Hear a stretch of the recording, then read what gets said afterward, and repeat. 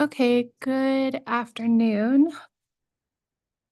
Welcome back to docket number 210515 REO1.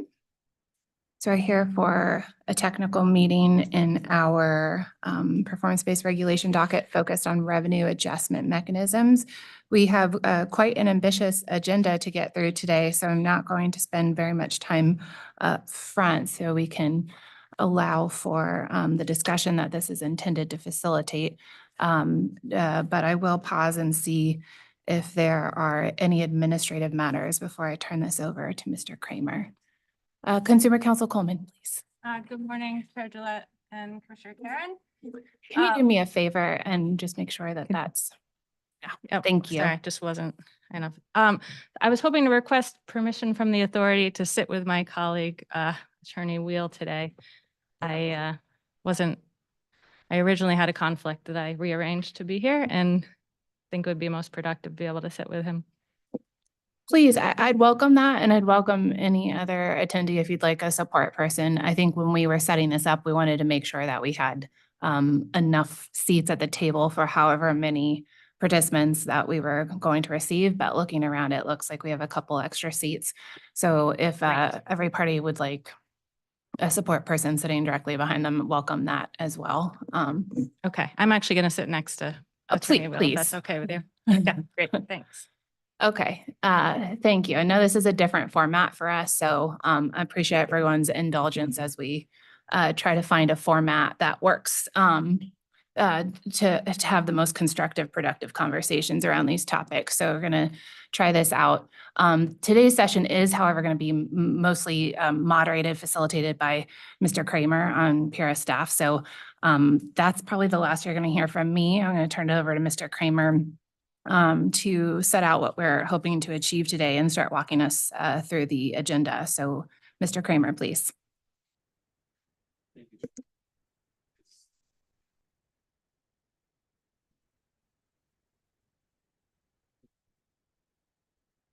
So, good afternoon, everyone. As the chairman mentioned, my name is Peter Kramer with Authority staff, and appreciate you all being with us here on a Friday afternoon.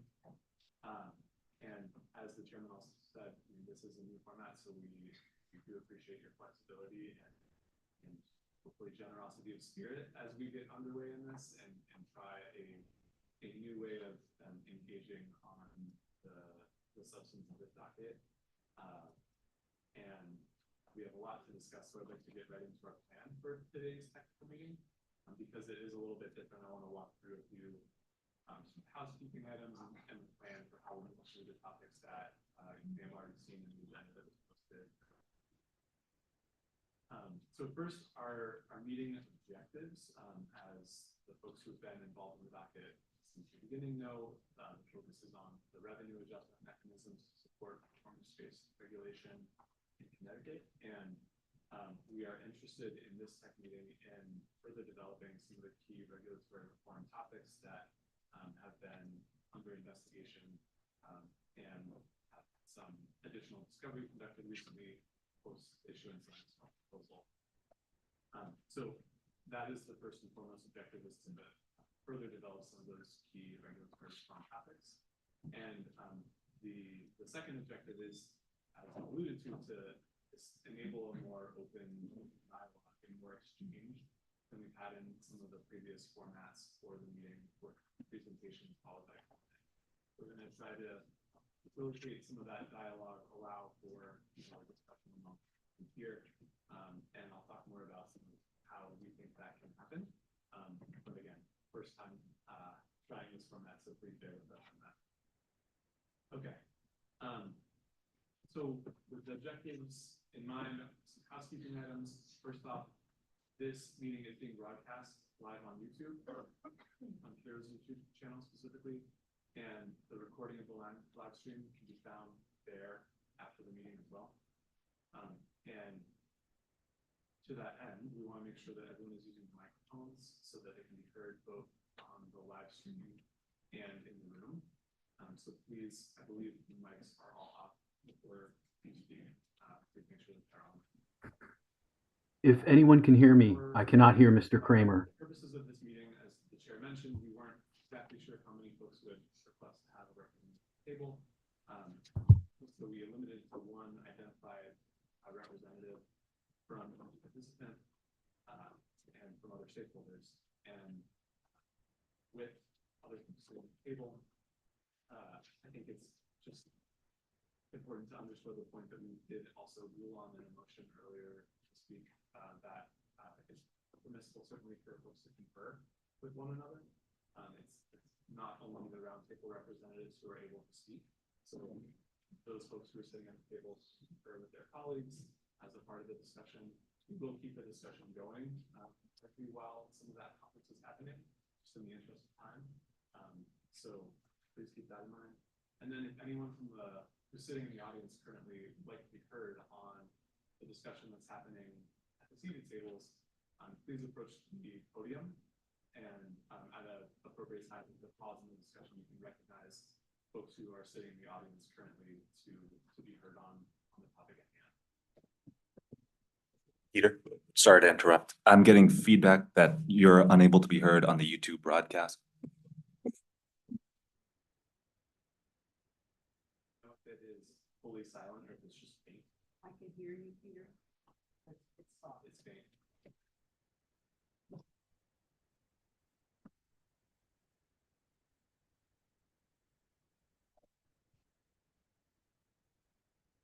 Lords, can you tell if it's improved at all? Up here, closer on the top. I can keep talking if you need to hear whether there's a difference in the volume of my voice. Not much. Not much, okay. Do you want this one or you can swap? I think I'll just move him up here so we can leave that for the audience.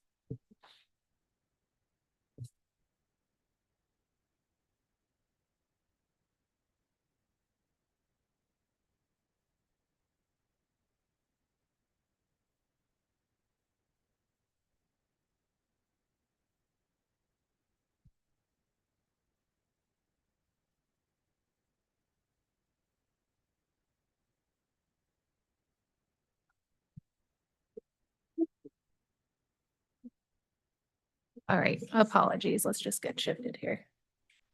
Which one? Well, now I can see everybody better too. So there you go.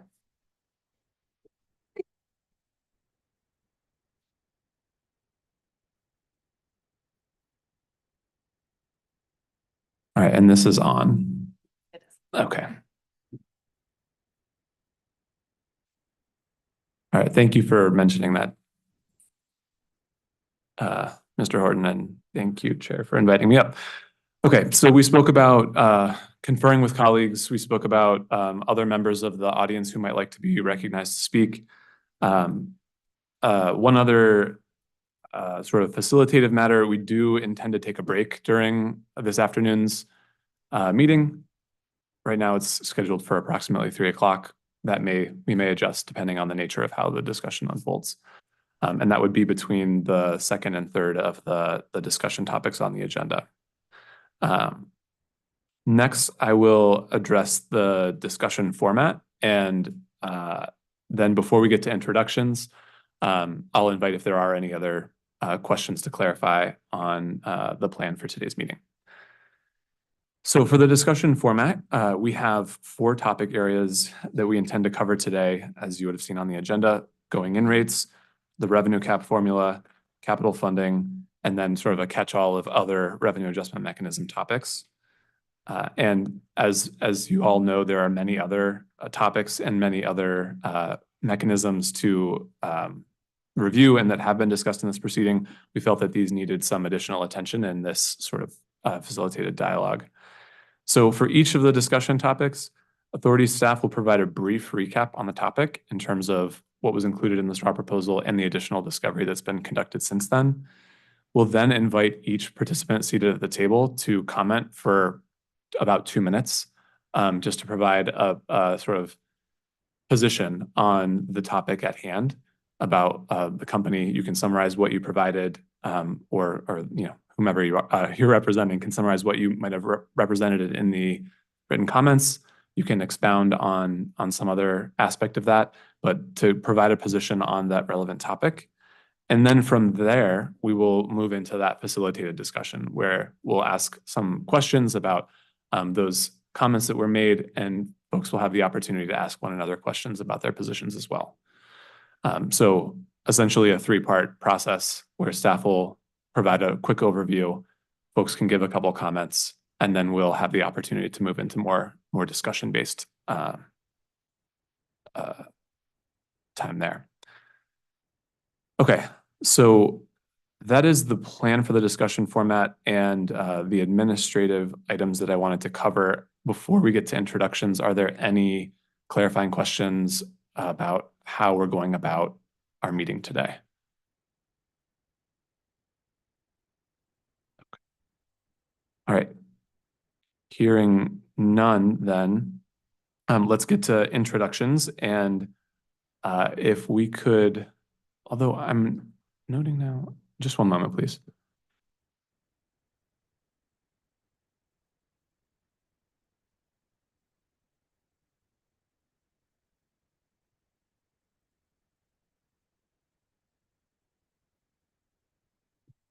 All right, thank you. So with introductions, could you please state your name and your affiliation for the record? And with lack of a better way to do it, let's just start over here with you, Mr. Hurwitz, and we can go around the horseshoe. I'm Jacob Hurwitz, Senior Director of Revenue Requirements at Avangrid. I'm here on behalf of UI. We have a number of other folks from Avangrid in the audience. I think the only other person I would anticipate speaking on our behalf today is behind me, Miss Andrea Van Loomling, our Networks Controller. Thank you.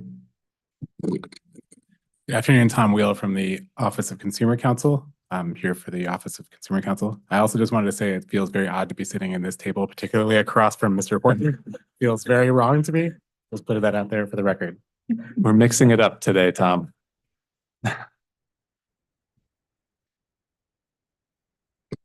Good afternoon, Claire Coleman, Consumer Counsel for the state of Connecticut, representing the Office of Consumer Counsel with my colleague Tom, and pleased to be here with you all today.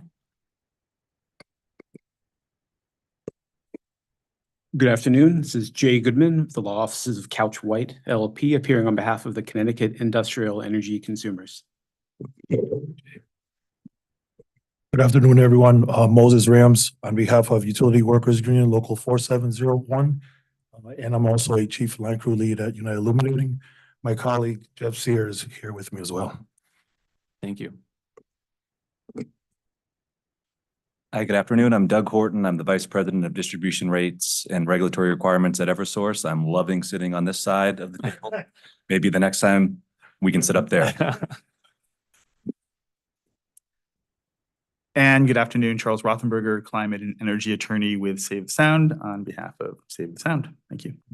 I have to tell you, the chairs are better up here, as are the microphones. So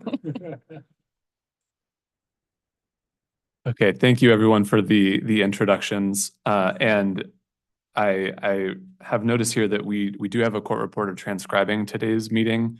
However, they're doing so virtually. So when you speak, please, if you can remember to state your name and affiliation so that we can get that accurately captured in the transcript.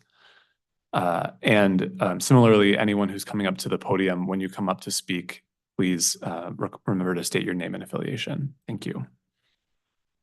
Okay. So without further ado, we're going to move into the discussion portion of our agenda. So Ms. Lupoli, if you could pull up the slides for me, please. And I will, yes, we can skip ahead as we've covered much of this. So as you would have seen from the agenda posted online earlier this week on the docket, we're addressing our opening remarks now. We're moving into the discussion topic, starting with going-in rates, followed by the revenue cap formula. We aim to take a break following that discussion topic, and then we'll address capital funding and other topics as may be relevant and as time allows before closing out our meeting today. Okay.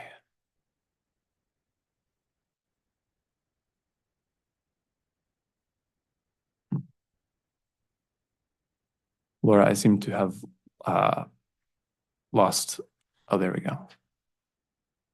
Okay. Thank you. Okay, so for our first topic for discussion today is to discuss going in rates. And within that, a few component topics as well. The going in rates, as those who have been involved in the docket will know, is a term used to refer to the EDC costs used for a starting point at the beginning of a multi-year rate plan period. And they may change according to a cost forecast or a revenue cap formula over the term of a multi-year rate plan. And these rates can be informed by a recent year's rates or costs, a test year, or another starting point. And in Connecticut, the test year is defined as the most recent 12-month period available ending at the calendar quarter.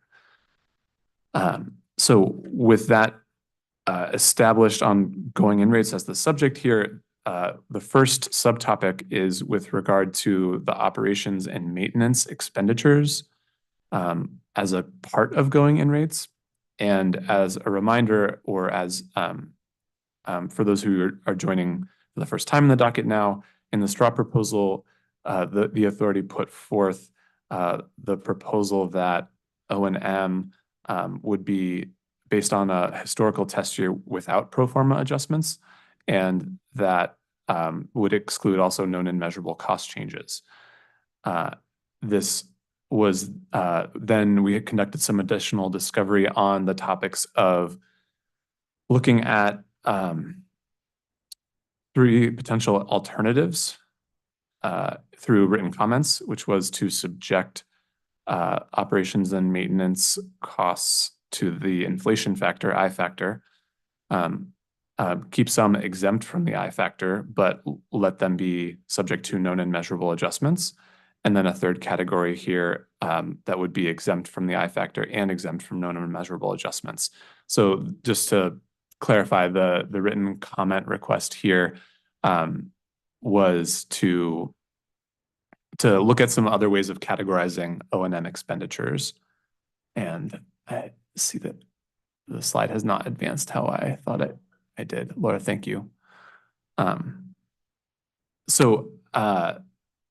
This additional discovery sort of gave us the opportunity to consider some other alternatives to what was in the straw proposal, receive additional comments and analysis from parties on this topic. With that set as our first topic, I would invite participants to provide some opening remarks. Again, for about 2 minutes, I am going to use a timer, not to be draconian, but to make sure that we stay on agenda as best we can. And so I can call, put people on the spot and call out a participant to get us started. And again, Mr. Hurwitz, I'll start with you. If you have a couple of minutes that you'd like to speak on the topic of operations and maintenance expenditures for going in rates. I'm happy to be the guinea pig. I would say first, at a high level, UI's position is that going in rates should provide the utility a reasonable opportunity, but not a guarantee of earning its authorized rate of return. And unfortunately, in our view, the approach to operations and maintenance expenditures outlined in the straw proposal virtually guarantees that that doesn't happen. Using a historical test year without pro forma adjustments, without known and measurable adjustments, virtually guarantees that the utilities rates are going to be insufficient to recover its cost. Categories of very common known and measurable adjustments reflected in certainly every revenue requirement I've seen established by regulators, not just in Connecticut, but other jurisdictions, including New York, Massachusetts, Maine, New Hampshire, and others as well, reflect known and measurable adjustments for things like contractual increases in the cost of outside services, union wage increases, which are contractually negotiated or collectively bargained, things like inflation, even in other authority findings. And for example, in UI's most recent rate case, 220808, the authority acknowledged that utility costs are affected by inflationary pressures by using the Handy-Whitman index to escalate our major storm cost threshold. And so to us, setting going in rates without considering pro forma adjustments or known and measurables, it it's going to result in rates that are unjust and unreasonable. And so we propose some specific modifications to the straw proposal's approach to setting going in rates that in effect corrects for those things by allowing for pro formas and known and measurables, because we think that will better allow for rates to align with the utilities cost structure. Thank you. I don't know how I did it with my 2-minute. That was, I think, about 120, so that's pretty good. I'll give my next 40 seconds to someone else.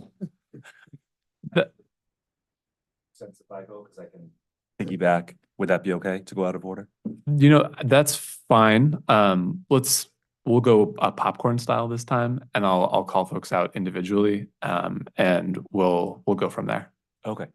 Just given the time constraint, Doug Horton with Eversource, I thought it would be helpful to save some time by saying ditto to that. I think that is exactly our concern, but I wanted to take a step back because I will be a bit of a broken record today. First, really appreciate the opportunity to be in person and to have some discussion on this.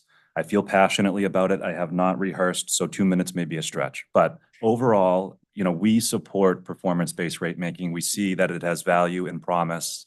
We are fully committed to engaging in open dialogue and transparent discussion around PBR. We have it in place in Massachusetts. We're proposing it in New Hampshire. We are not opposed to performance-based rate making. Ditto to everything Jacob said in terms of the specific discussion on going in rates, but our concern and our problem generally is that we seem to be looking, or we are looking at these things in isolation. We're looking at the metrics in a separate proceeding. We're looking at revenue adjustments in this proceeding.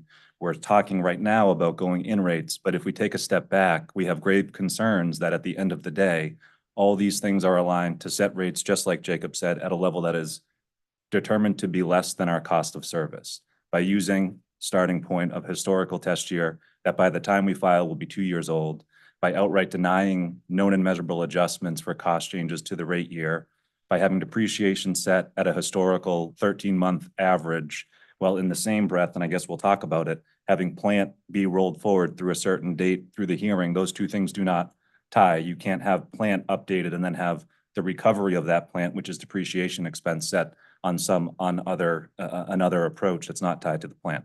So overall, we have a number of very serious concerns with the way it's being constructed, which at the end of the day will not produce any of the promised benefits of PBR for our customers.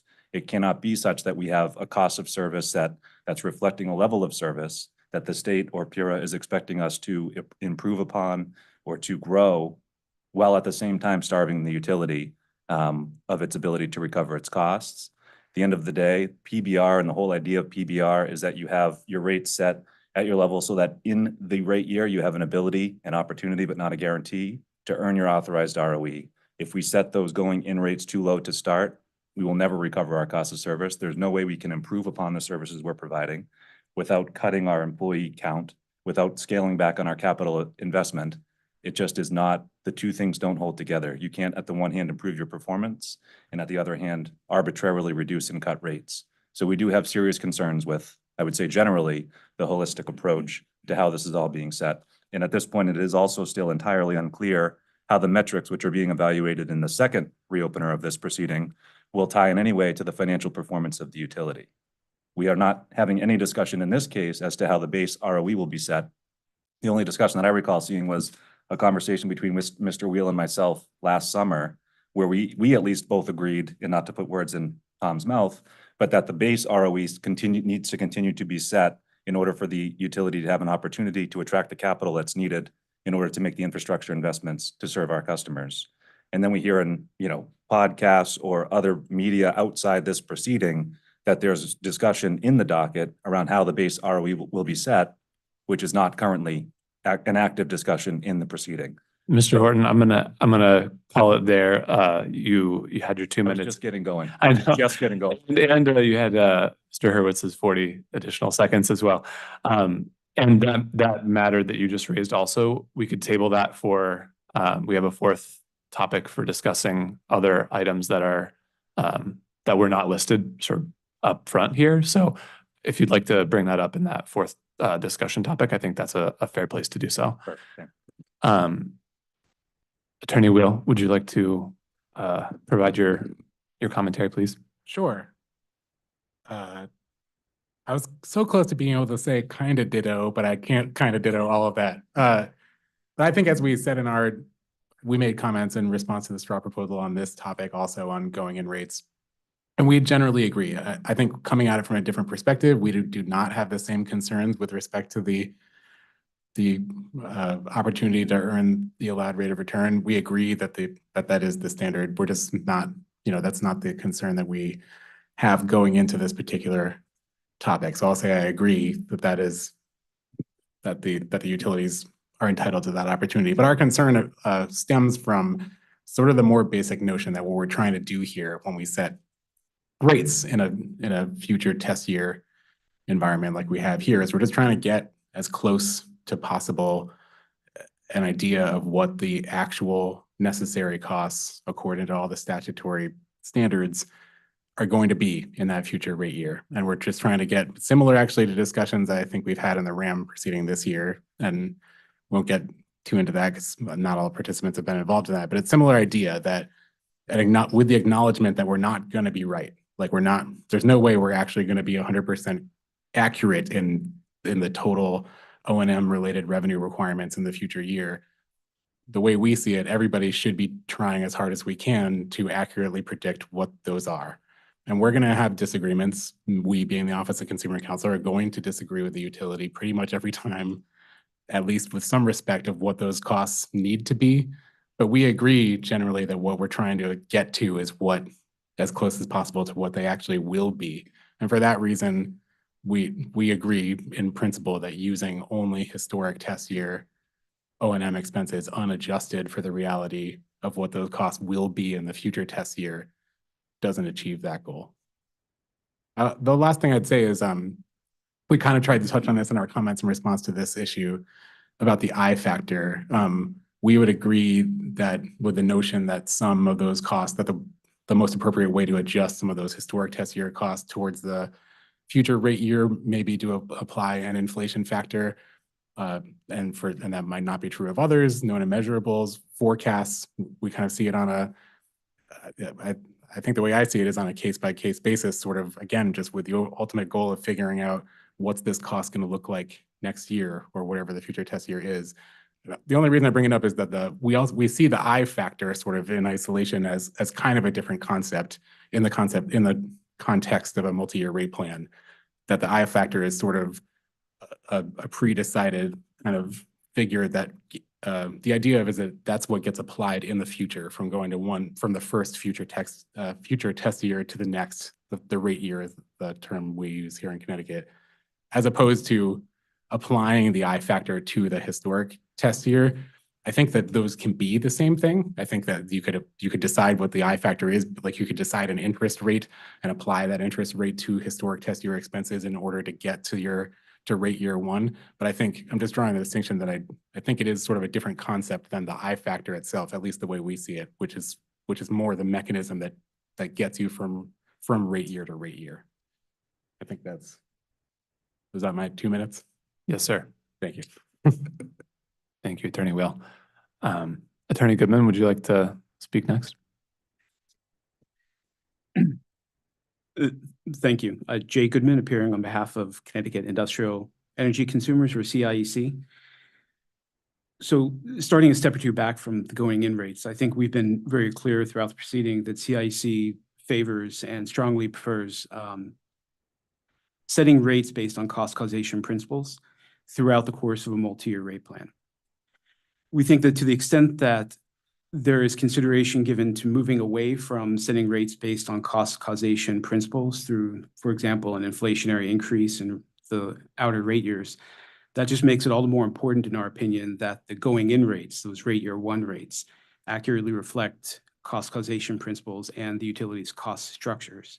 So in terms of O&M, we would agree that O&M reflected in the going in rates should, as accurately as possible, agreeing with it's impossible to be 100% accurate, and there will be differences in opinions between staff, company, and interveners, but the estimate of O&M costs reflected in the going in rates should be as close to accurate as we can get, meaning that if you're basing it off of a historic test year, it should be adjusted for whatever normalizing adjustments are appropriate for known and measurable cost adjustments or any other adjustment that makes sense to account for changes that are reasonably anticipated from the historic test year to the rate year.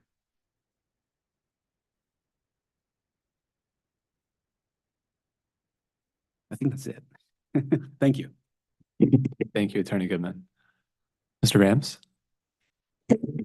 Moses Rams, I'm gonna beat you with a double ditto.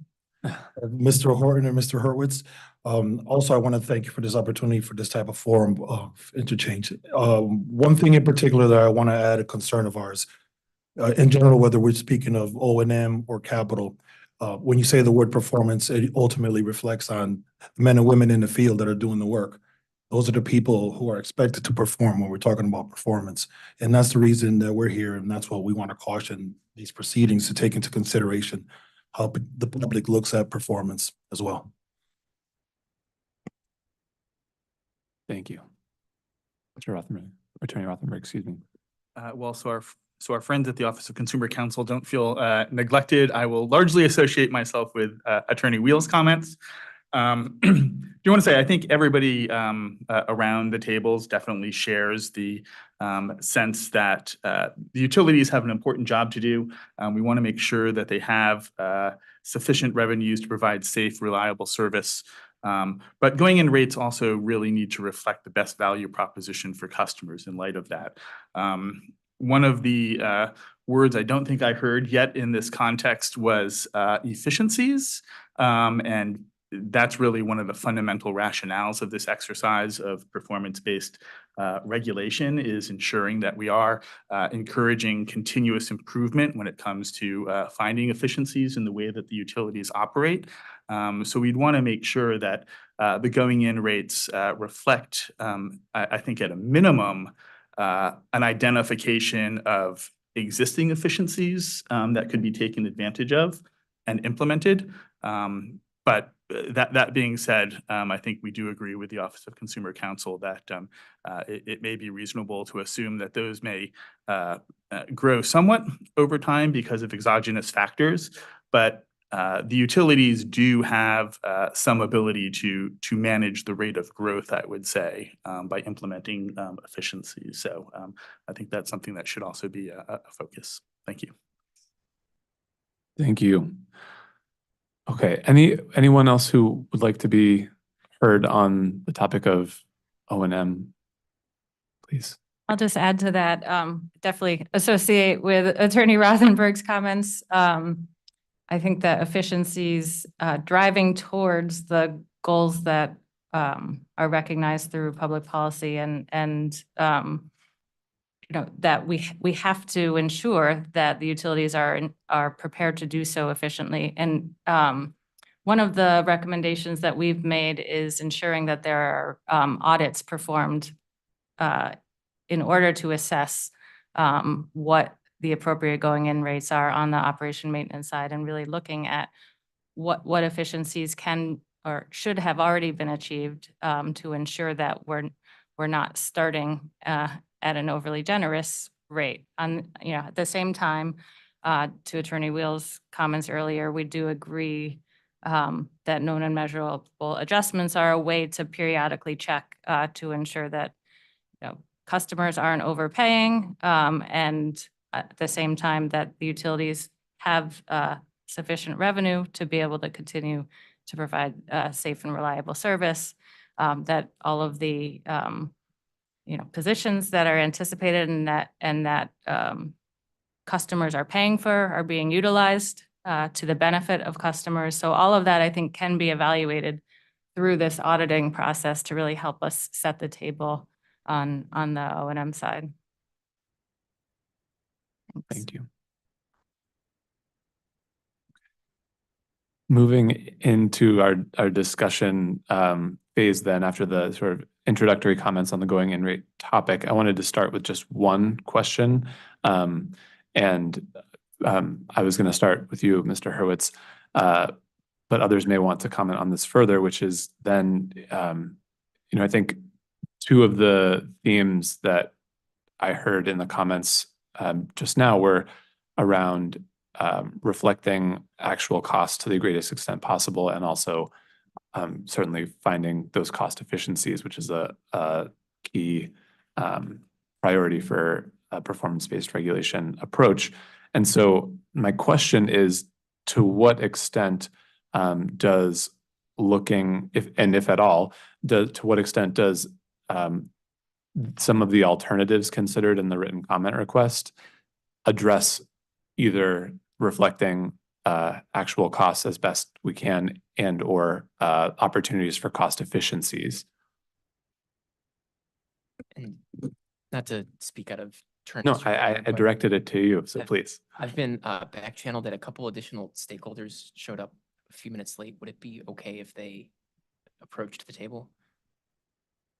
Were they folks who had requested to sit at the table with I us? think so. I think Mr. Purcell and Mr. Frida is what I was told. Would it be okay if they came and took I chairs? I'm sorry to Chairman, disrupt I'll the defer to order. I think Mr. Purcell. I think Mr. Purcell's name tag is at the end of this table.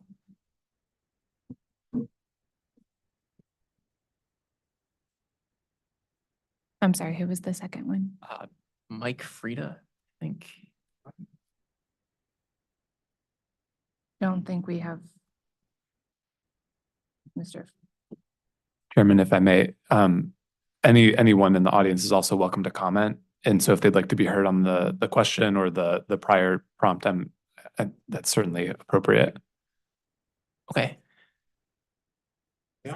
Please, If you can, can you make sure your microphone is it on? would be green if it's on. And can you identify your name and My affiliation? name is please? Bill Purcell. I'm the president of the Greater Valley Chamber of Commerce with offices in Shelton, Connecticut, but serving the Naugatuck River Valley and really intersect with both electric utility providers. United Illuminating covers Shelton, which is a bomb town, by the way, and Sonia and Derby, number 2 and number 6 most distressed communities in the state. In that order, and then north through Eversource territory in Seymour, Oxford, Beacon Falls, and up the line to the Waterbury area. We're here today, and I know my colleagues at the Greater New Haven Chamber and the Bridgeport Regional Business Council. First of all, appreciate the investments of both utilities in our region. And it's a compliment, quite honestly, to the investments that the state and the federal government is making in our infrastructure up and down the Route 8 corridor. It's just remarkable with the Bipartisan Infrastructure Act, with significant investments in our highways and our rail systems and our bridges. The same can be said about the need to keep pace with investments in our electric infrastructure. I must say the Valley is very proud because NIMBYism doesn't really exist in terms of finding alternative sources of power generation. We have the second largest fuel cell that was just opened in Derby about 6 months ago. The governor was there to cut the ribbon. And in Oxford, of course, we have the CPV, the Wantic Energy Plant, which is a natural gas fired plant and is serving many, many thousands of households. But, in short order, basic business principle, diminished revenues equals less investment, and less investment invariably leads to diminished reliability. So on behalf of my chamber and the business community, we just want to ensure that the process is open and transparent and fair, that our utilities are as the prior speakers have indicated, have a rate of return that will induce investors to step up to the plate and make these very substantial investments, particularly as it is our time in our valley. And we hope to see continued investment, the notion the rising tide will lift all the boats along the Naugatuck River and the Housatonic River. We appreciate their investments. We appreciate them as great corporate citizens and partners with my chamber and chambers across the state. Thank you so much for your attention. Thank you, Mr. Purcell. I I would go back to the question that I had previously asked, but I also, Mr. Purcell, if I may, just for a moment, if it's the case that that the Greater Valley Chamber of Commerce has a particular perspective on the going in rates and the operation and maintenance expenditures and the method with which those are established that you'd like to share as well? Well, I know it's the I factor, the inflationary factor. So certainly, listen, that's the cost of doing business. So I'll leave it to the technical experts. But again, our position is, what is fair between the two parties, that you do accept the input of others in the community to arrive at what will be a fair and just solution. Thank you. Thank you. Mr. Hurwitz, is it helpful if I repeat the question that before we? As I understand your question, it was broadly, to what extent do the alternatives we've proposed address the issues we just heard everyone? Yeah, and specifically looking opportunity for efficiencies and opportunity to reflect actual costs as best can be achieved. And thank you also for accommodating me going out of order a little bit. I think taking those in the reverse of the order that you just described, the changes that we've proposed to the straw proposal enhance, at least with respect to going in rates, the ability of going in rates to reflect our actual costs. We've proposed including symmetrical pro forma adjustments, both upward and downward. To the extent there are costs that don't recur, we would propose taking them out. And to the extent there are costs that only started partway through the test year or after the historical test year, we've proposed, being able to adjust the revenue requirement to reflect things of that nature. So that would improve the ability of going in rates to reflect the utility's actual costs, recognizing, as Mr. Wheel acknowledged, that it's never going to be perfect. And that's one of the reasons why we have guardrails in our proposal, including the earnings sharing mechanism and the revenue decoupling mechanism. With respect to efficiencies, I understand absolutely the push for efficiencies, and I think we strive every day here at Avangrid to deliver safe and reliable service at the lowest cost reasonable. And I think there are a lot of examples of things we've done to keep costs as low as we can in light of the many demands being placed upon the utility. Some examples of that: UI operates as part of a broader corporate structure. It's able to benefit from efficiencies as being part of a group of utilities operating across multiple states. We have a procurement process that involves competitive solicitations to secure the lowest cost. We have regular management audits. I think we got a report on a management audit about a year ago for UI specifically, as I recall. And so we're here to deliver safe and reliable service at the lowest rates we can.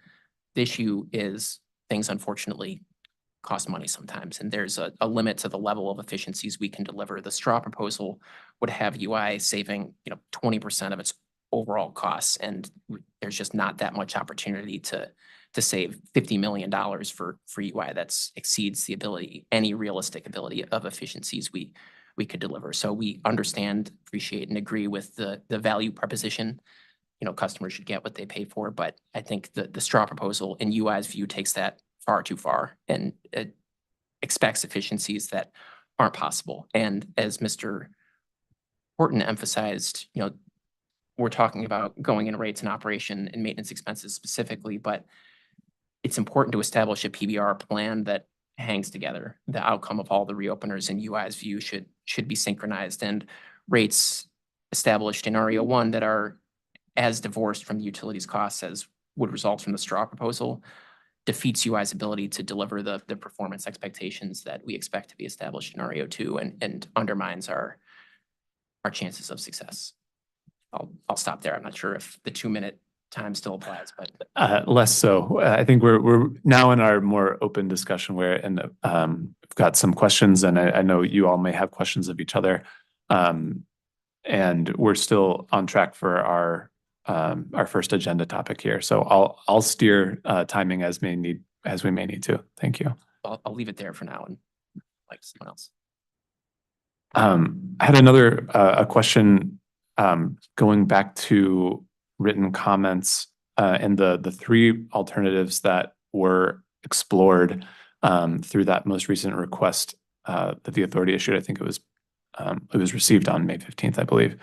And in the three different categories that that were put forth as options for feedback, OCC also proposed a slightly different approach and a fourth category.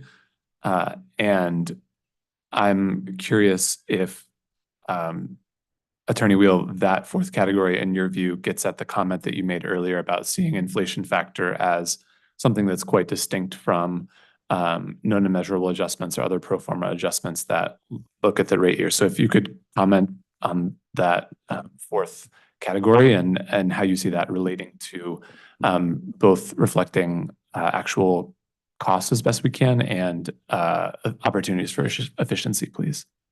Sure. Yeah, what we are getting at with the fourth factor is essentially the concept that in our view, inflation, especially with respect to setting going in rates, we see the application of an inflation adjustment as only appropriate if it is a known and measurable adjustment. In other words, inflation should be applied where it's reasonably certain that the cost that's being adjusted will be subject to inflationary pressure.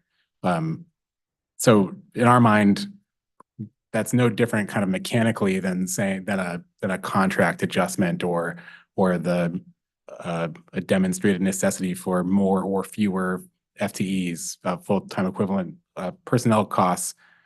I guess what we were trying to get at there was that fourth category is essentially saying that known and measurable adjustments sort of, in our view, kind of encapsulates the idea of an inflationary adjustment in and of itself, because costs that are subject to inflation, well, that is a known and measurable change from the historic test year into the future. I will say, however, as position, we've not a secret to anyone who's been involved with us. We don't believe that inflationary adjustments should apply to everything. We have opposed and the notion that inflation should apply to everything for which there hasn't been any other identified known and measurable adjustment. In other words, we don't think it makes sense to just apply to kind of take the bucket of O&M costs in the historic test year, make the adjustments that are known and measurable based on sort of other factual circumstances, and then just assume that inflation applies to everything that's left. Because sometimes costs actually do go down, getting to Attorney Rothenberger's point with efficiencies. So that's sort of the other point I think we are trying to capture in this comment, is that a known and measurable adjustment can also be a downward adjustment. It can be known and measurable, and that happens.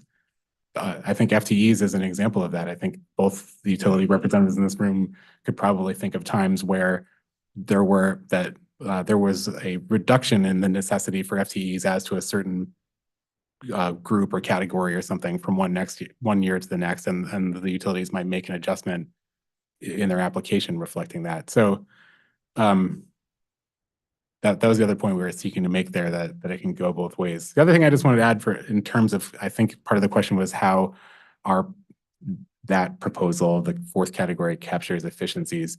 I think that's maybe it's sort of like axiomatic for us, because I feel like that's finding efficiencies, I feel like, is kind of the central mission of OCC in a rate case. Like that's what we're doing, what we're trying, hopefully trying to be doing across the entirety of the rate case, meaning the simplest way to put it in my mind is we're looking at every category of the revenue requirement and saying, does this have to cost this much?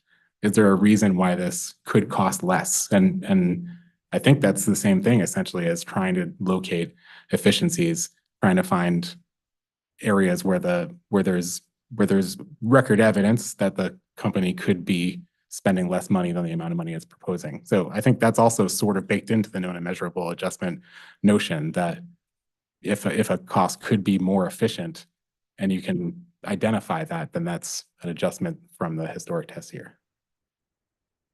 That answered your question? Yes. Thank you. Does anyone else want to comment on what Attorney Wheel or Mr. Hurwitz has said? I'm just curious. I have a comment and a question. I would love to find out more about what exactly you're referring to when you say efficiencies, because that's kind of a broad statement.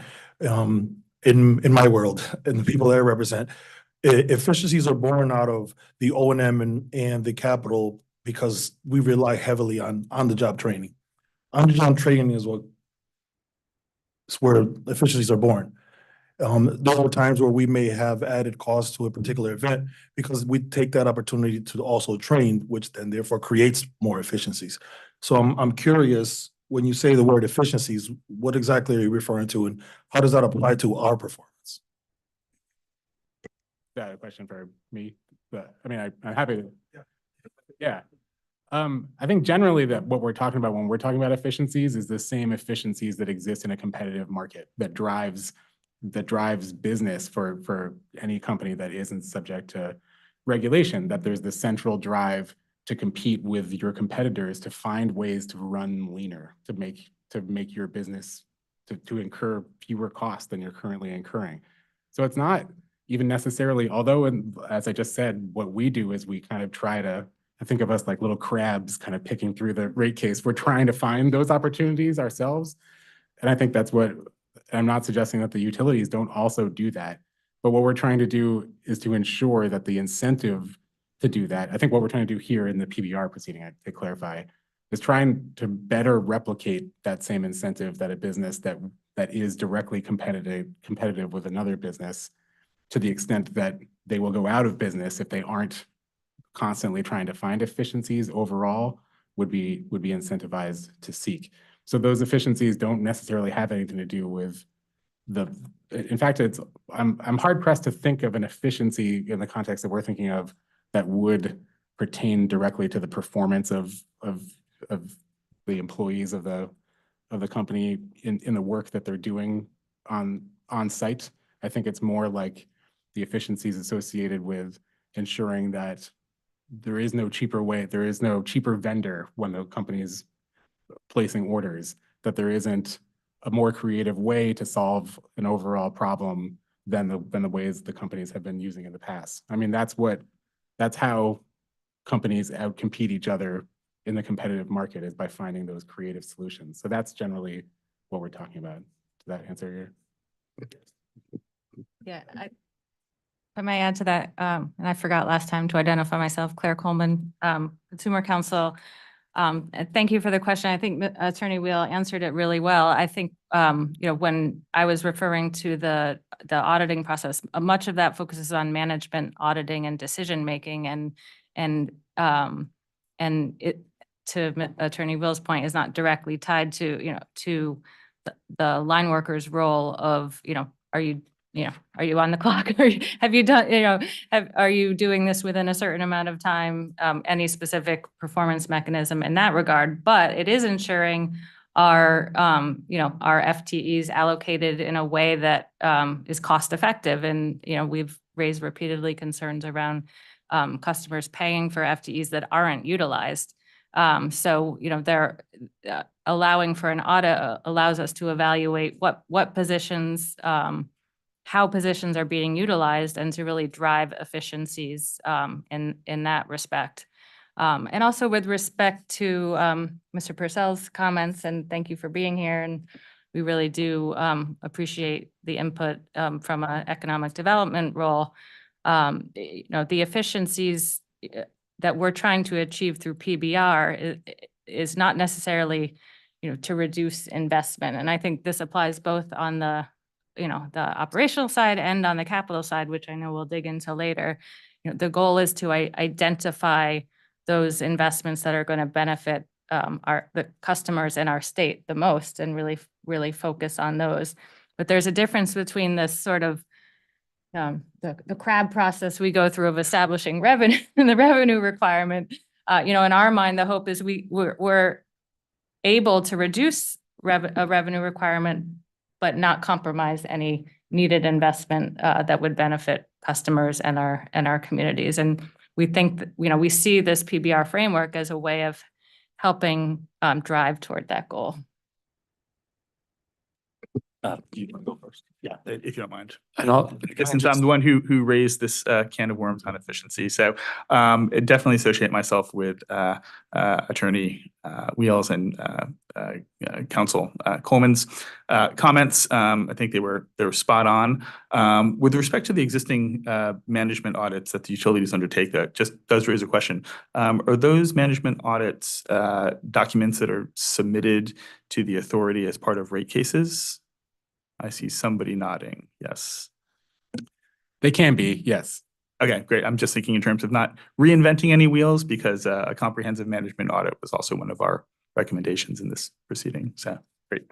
And just to clarify, I think the recommendation was to ensure the alignment between when the audits occur and when we're establishing going in rates, to make sure that we have the information that will benefit us all in figuring out what those levels are. Doug Horton with Eversource. I think it'll come as no surprise. I have lots to say and I'm psyched there's no time limit, so you'll cut me off. I need to amend that, Mr. No, Horton. no. All right, all right. I at least have 2 minutes. I'll start my own. So I think a lot to react to, and I agree with a lot of what's been said kind of on the floor here. First and foremost, we agree that we should have a PBR framework that is incentivizing us to find efficiencies. In fact, I see that as the promise of PBR. But for that to work, for us to be able to find efficiencies, and I want to talk about how I view efficiencies in just a moment. Again, it has to be founded on our costs. So when we look at what are the ways that you would adjust your costs, I don't see there needing to be any change into the current practice. It's not broken. The utility has the burden to demonstrate that its cost structure is appropriate, and we are open to all the crabs running around and finding holes. We open up our books as best as we can, and that's on us to defend in a rate case. So in my mind, you shouldn't try to apply one size fits all, an I factor or any other letter to it. It has to be based on you're building from the bottom up your cost to serve customers. And that is what the whole purpose of a rate case is, to design rates that set rates at a level that reflect your costs. Then the PBR needs to be a rate mechanism, a companion rate mechanism that allows your cost structure or your rates to track with your expected cost structure so that over time you have the incentive and the ability to pursue cost efficiencies, which will benefit customers in the long run. But it doesn't do any good to artificially lower the level of rates beyond that which we require to serve our customers. We would never be able to stay out of a rate case if that were the dynamic. No utility could do that. I think when we're talking about efficiencies, I actually think there is a lot of efficiencies and we pursue them every day. It takes investment though in people, processes, and technology for us to be able to make investments in our people so that they can be more efficient and have the tools and resources they need to serve our customers well. I completely agree with you. That's where it all should start and where it all should end. The whole idea of all of this is to set rates at a level so that we have the financial resources so that our employees can serve our customers well, period. And without that, we can't, PBR does not deliver the promises to our customers. You know, I just as an example, I find this relevant, or maybe it's just a levity and trying to be funny. As I was driving down, I was thinking of what's a real world application. And my wife and I have been spending a lot of money on restaurants. We go out to eat quite a lot and we spend too much. So crabs, right? Big crab leg guy, if you can't tell. So the idea, it would be like if I proposed to my wife, the solution to this problem is we're going to go out to Smith & Wollenson's tonight, and I'm going to order the biggest fat fillet that I can. And when that bill comes, I will just pay half. It isn't actually saving any money. It isn't actually a viable approach to saving money.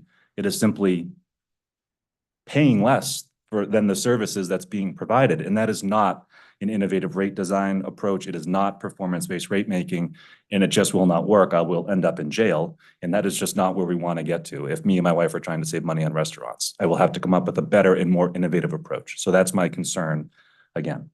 But I don't disagree with anything that's been said in terms of we need to apply known and measurable changes. We have to meet that burden in setting our going in rates. And then we have to have a framework that has efficiencies inherent in that process. And if we set it too low, there is no efficiency. We only then have the ability to cut headcount, to cut spending, and to file another rate case. That's all a process that's not set out with those foundational principles will do. All right, thank you, Mr. Horton. Attorney Goodman, excuse me, I'd love for you to comment on this as well. We are going to move on to our next topic after you have the opportunity to comment. in the interest of time so that we can round out going in rates and keep on pace with our agenda. Thanks, and I don't need much time anyway. Just if I understood the inflationary adjustment as described by Attorney Wheel, I think we would agree with that. And just quickly restate to see if I did understand correctly. I think there's a distinction between the inflationary adjustment that might be used as part of the adjustment of revenue requirements in the outer years of multi-year rate plan, as opposed to how you go from a historic test year accounting of O&M costs to a forecast or prediction of the rate year costs. And that some of that adjustment will be based on an inflationary measure. If that's correct, we would agree with the use of inflation in that context. I think that's consistent with what we said, that going in rates in that first year of a multi-year rate plan should be fully cost-based. Again, we think they also should be fully cost-based on the outer years, but I'll try to stop banging that drum. In terms of efficiencies, we agree that the utility should be encouraged to and should find what the efficiencies are. We don't necessarily have a recommendation as to the best approach to that. We think that it's possible to take too heavy-handed approach, and that's not a commentary on the straw proposal, but just general observation. It's possible to take too heavy-handed approach where an unreasonable amount of efficiencies could be baked in, which could lead to the issues that Mr. Horton and Hurwitz identified.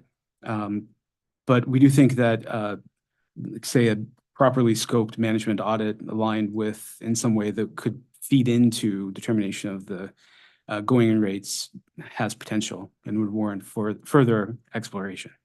Just quickly, CIC did recommend a different approach to imputing an amount of efficiency into the going in rates. That's an approach that has been used in other jurisdictions. And even though it's not based on, say, a management audit or that kind of analysis, it results in a relatively modest productivity adjustment, something that should be achievable. Thank you. Thank you, Attorney Goodman. And thank you everyone for the discussion on this topic. We are going to move on to our next subtopic within going in rates. Ms. Lupoli, could you advance the slide, please? Okay, thank you. So the next slide up here sets out the description for the capital additions and depreciation topics contemplated in the straw proposal and additional discovery topics conducted thereon after the straw proposal.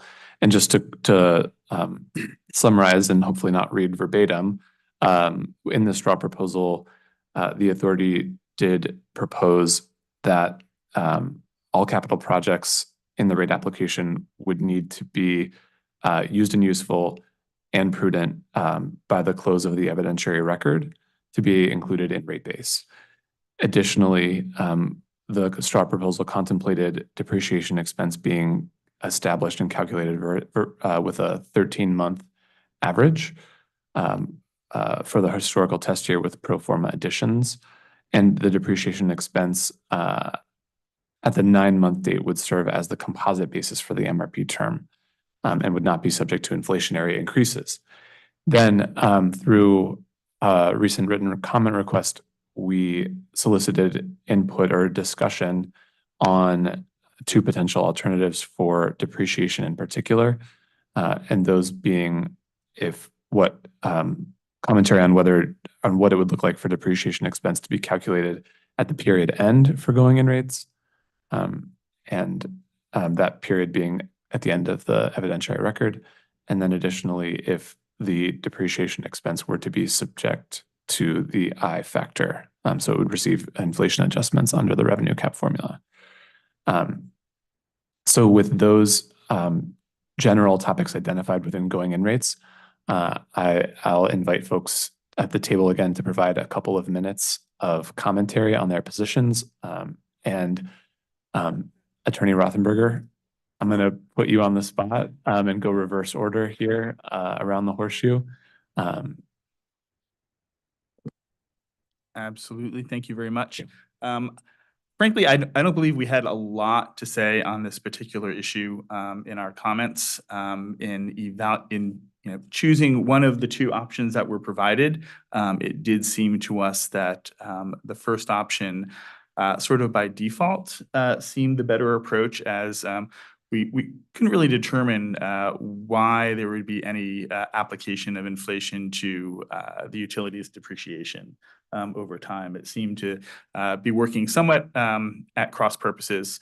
So I will be brief and leave it at that. And if folks have a rationale for subjecting depreciation to inflation, I'm happy to hear it.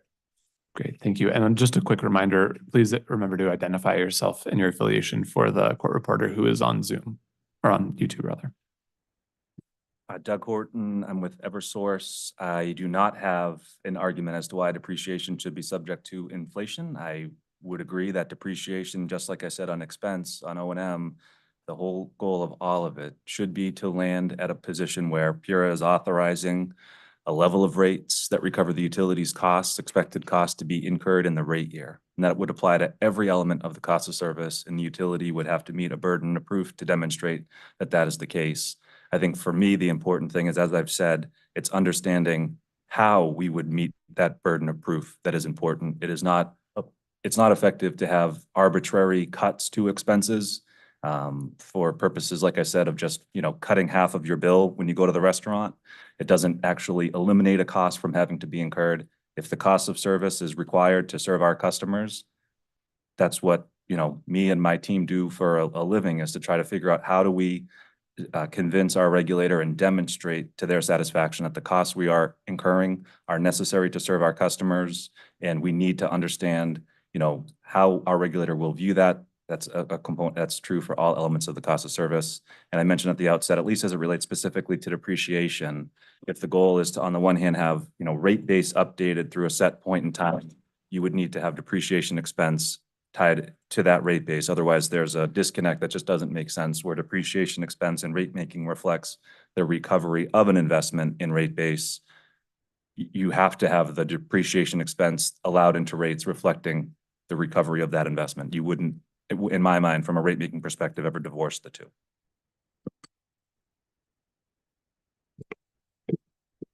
Moses Rams, Utility Workers Union of America. I will take this opportunity to actually thank the authority. In years past, I can remember in the 2000s and going forward from there, we were allowed a number of projects that were all of the above prudent, and they served a unique purpose for us. For example, we had dozens of 4 kV substations that were unsafe. Over time, a lot of these things depreciate, and we've systematically gone ahead and got rid of them and now moved on to a higher voltage, which now includes SCADA systems as well, so we can remotely utilize these substations. So when I hear a prudent use of capital projects, that's the first thing that comes to my mind. The miles and miles of tree wire that we've installed to prevent outages. And that's probably the one thing that I do want to thank the authority in the past for doing that, and being proactive in keeping our system reliable. That's how I view this. Thanks, Moses. Jay Goodman for CIEC. Briefly agree with prior comments that we don't see we would not agree that depreciation should be subject to inflation. I mean, our understanding is that the elements that usually are used to determine depreciation expense themselves are not generally subject to inflation. And we don't see a reason to deviate from that traditional, what I believe is a more traditional process, setting depreciation rates by now subjecting that expense to inflation. Thank you. Mr. Purcell? Well, thank you so much. Mr. Horton uses a restaurant analogy. I'm going to use another analogy, and that's, with each of our communities going through their annual mill rate adjustment. And I mean, let's face it, businesses as well as consumers don't want to see increased utility rates. That's the natural reaction. But we're also astute enough to know that it's inevitable if we're going to keep pace with inflationary pressures in terms of operations and maintenance, as well as the need to invest in capital. I'm going to say in my community, and my wife and I feel this, use your analogy, if the superintendent in schools tells us that we need to invest in the physical plant and we need to honor our contractual obligations to our teachers, we say, fine. If the mill rate goes up, fine. We trust you. We trust you. And look what's happening in other communities across the state where that's not happening. Where, whether it's the Board of Aldermen, Board of Selectmen, whatever it is undercutting that rate structure in education and wholesale layoffs in some of our communities. That's not what we want. What business wants is reliability. They want certainty, and they're willing to pay for it over time. They'll grow.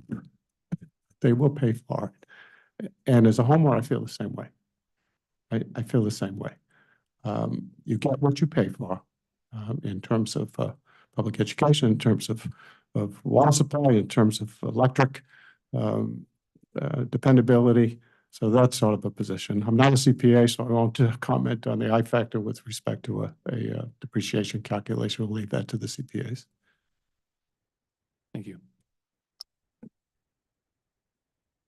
Just hesitating because I'm also not a CPA, so I'm wondering if I should be doing any of this. I wonder that all the time. I'm also regretting, when I said crabs, I meant awesome dragons. So could we switch? The association for the OCC is now, we are now awesome dragons.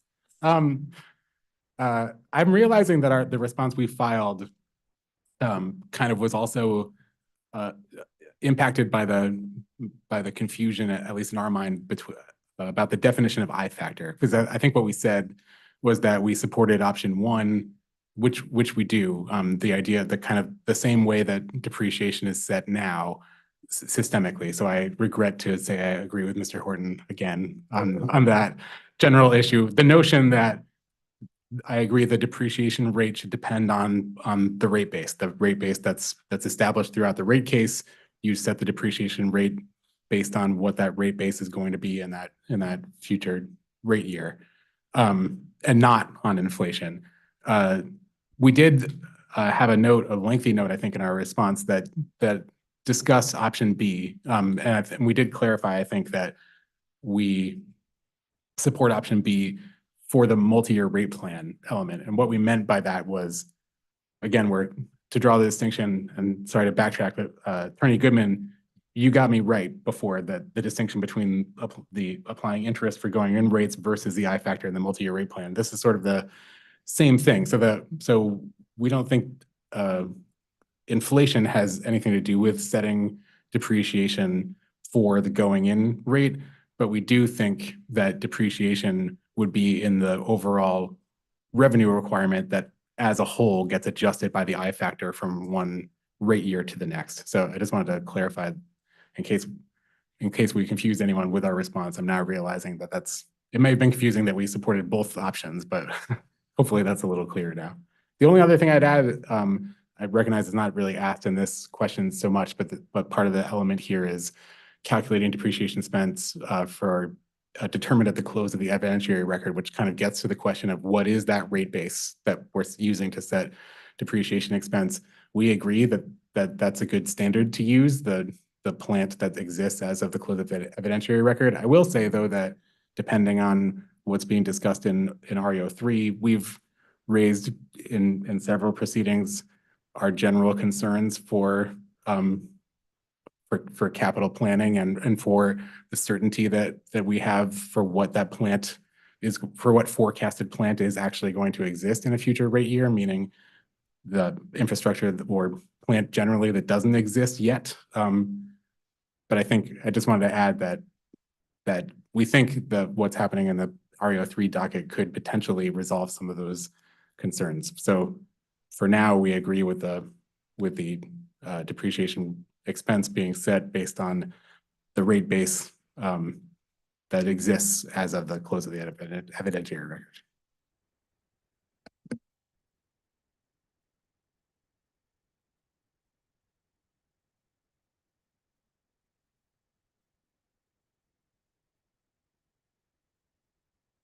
Mr. Hurwitz, do you want to comment? Sure. Jacob Hurwitz on behalf of UI. And I should have led my first comment with thanking the authority for the opportunity to contribute today.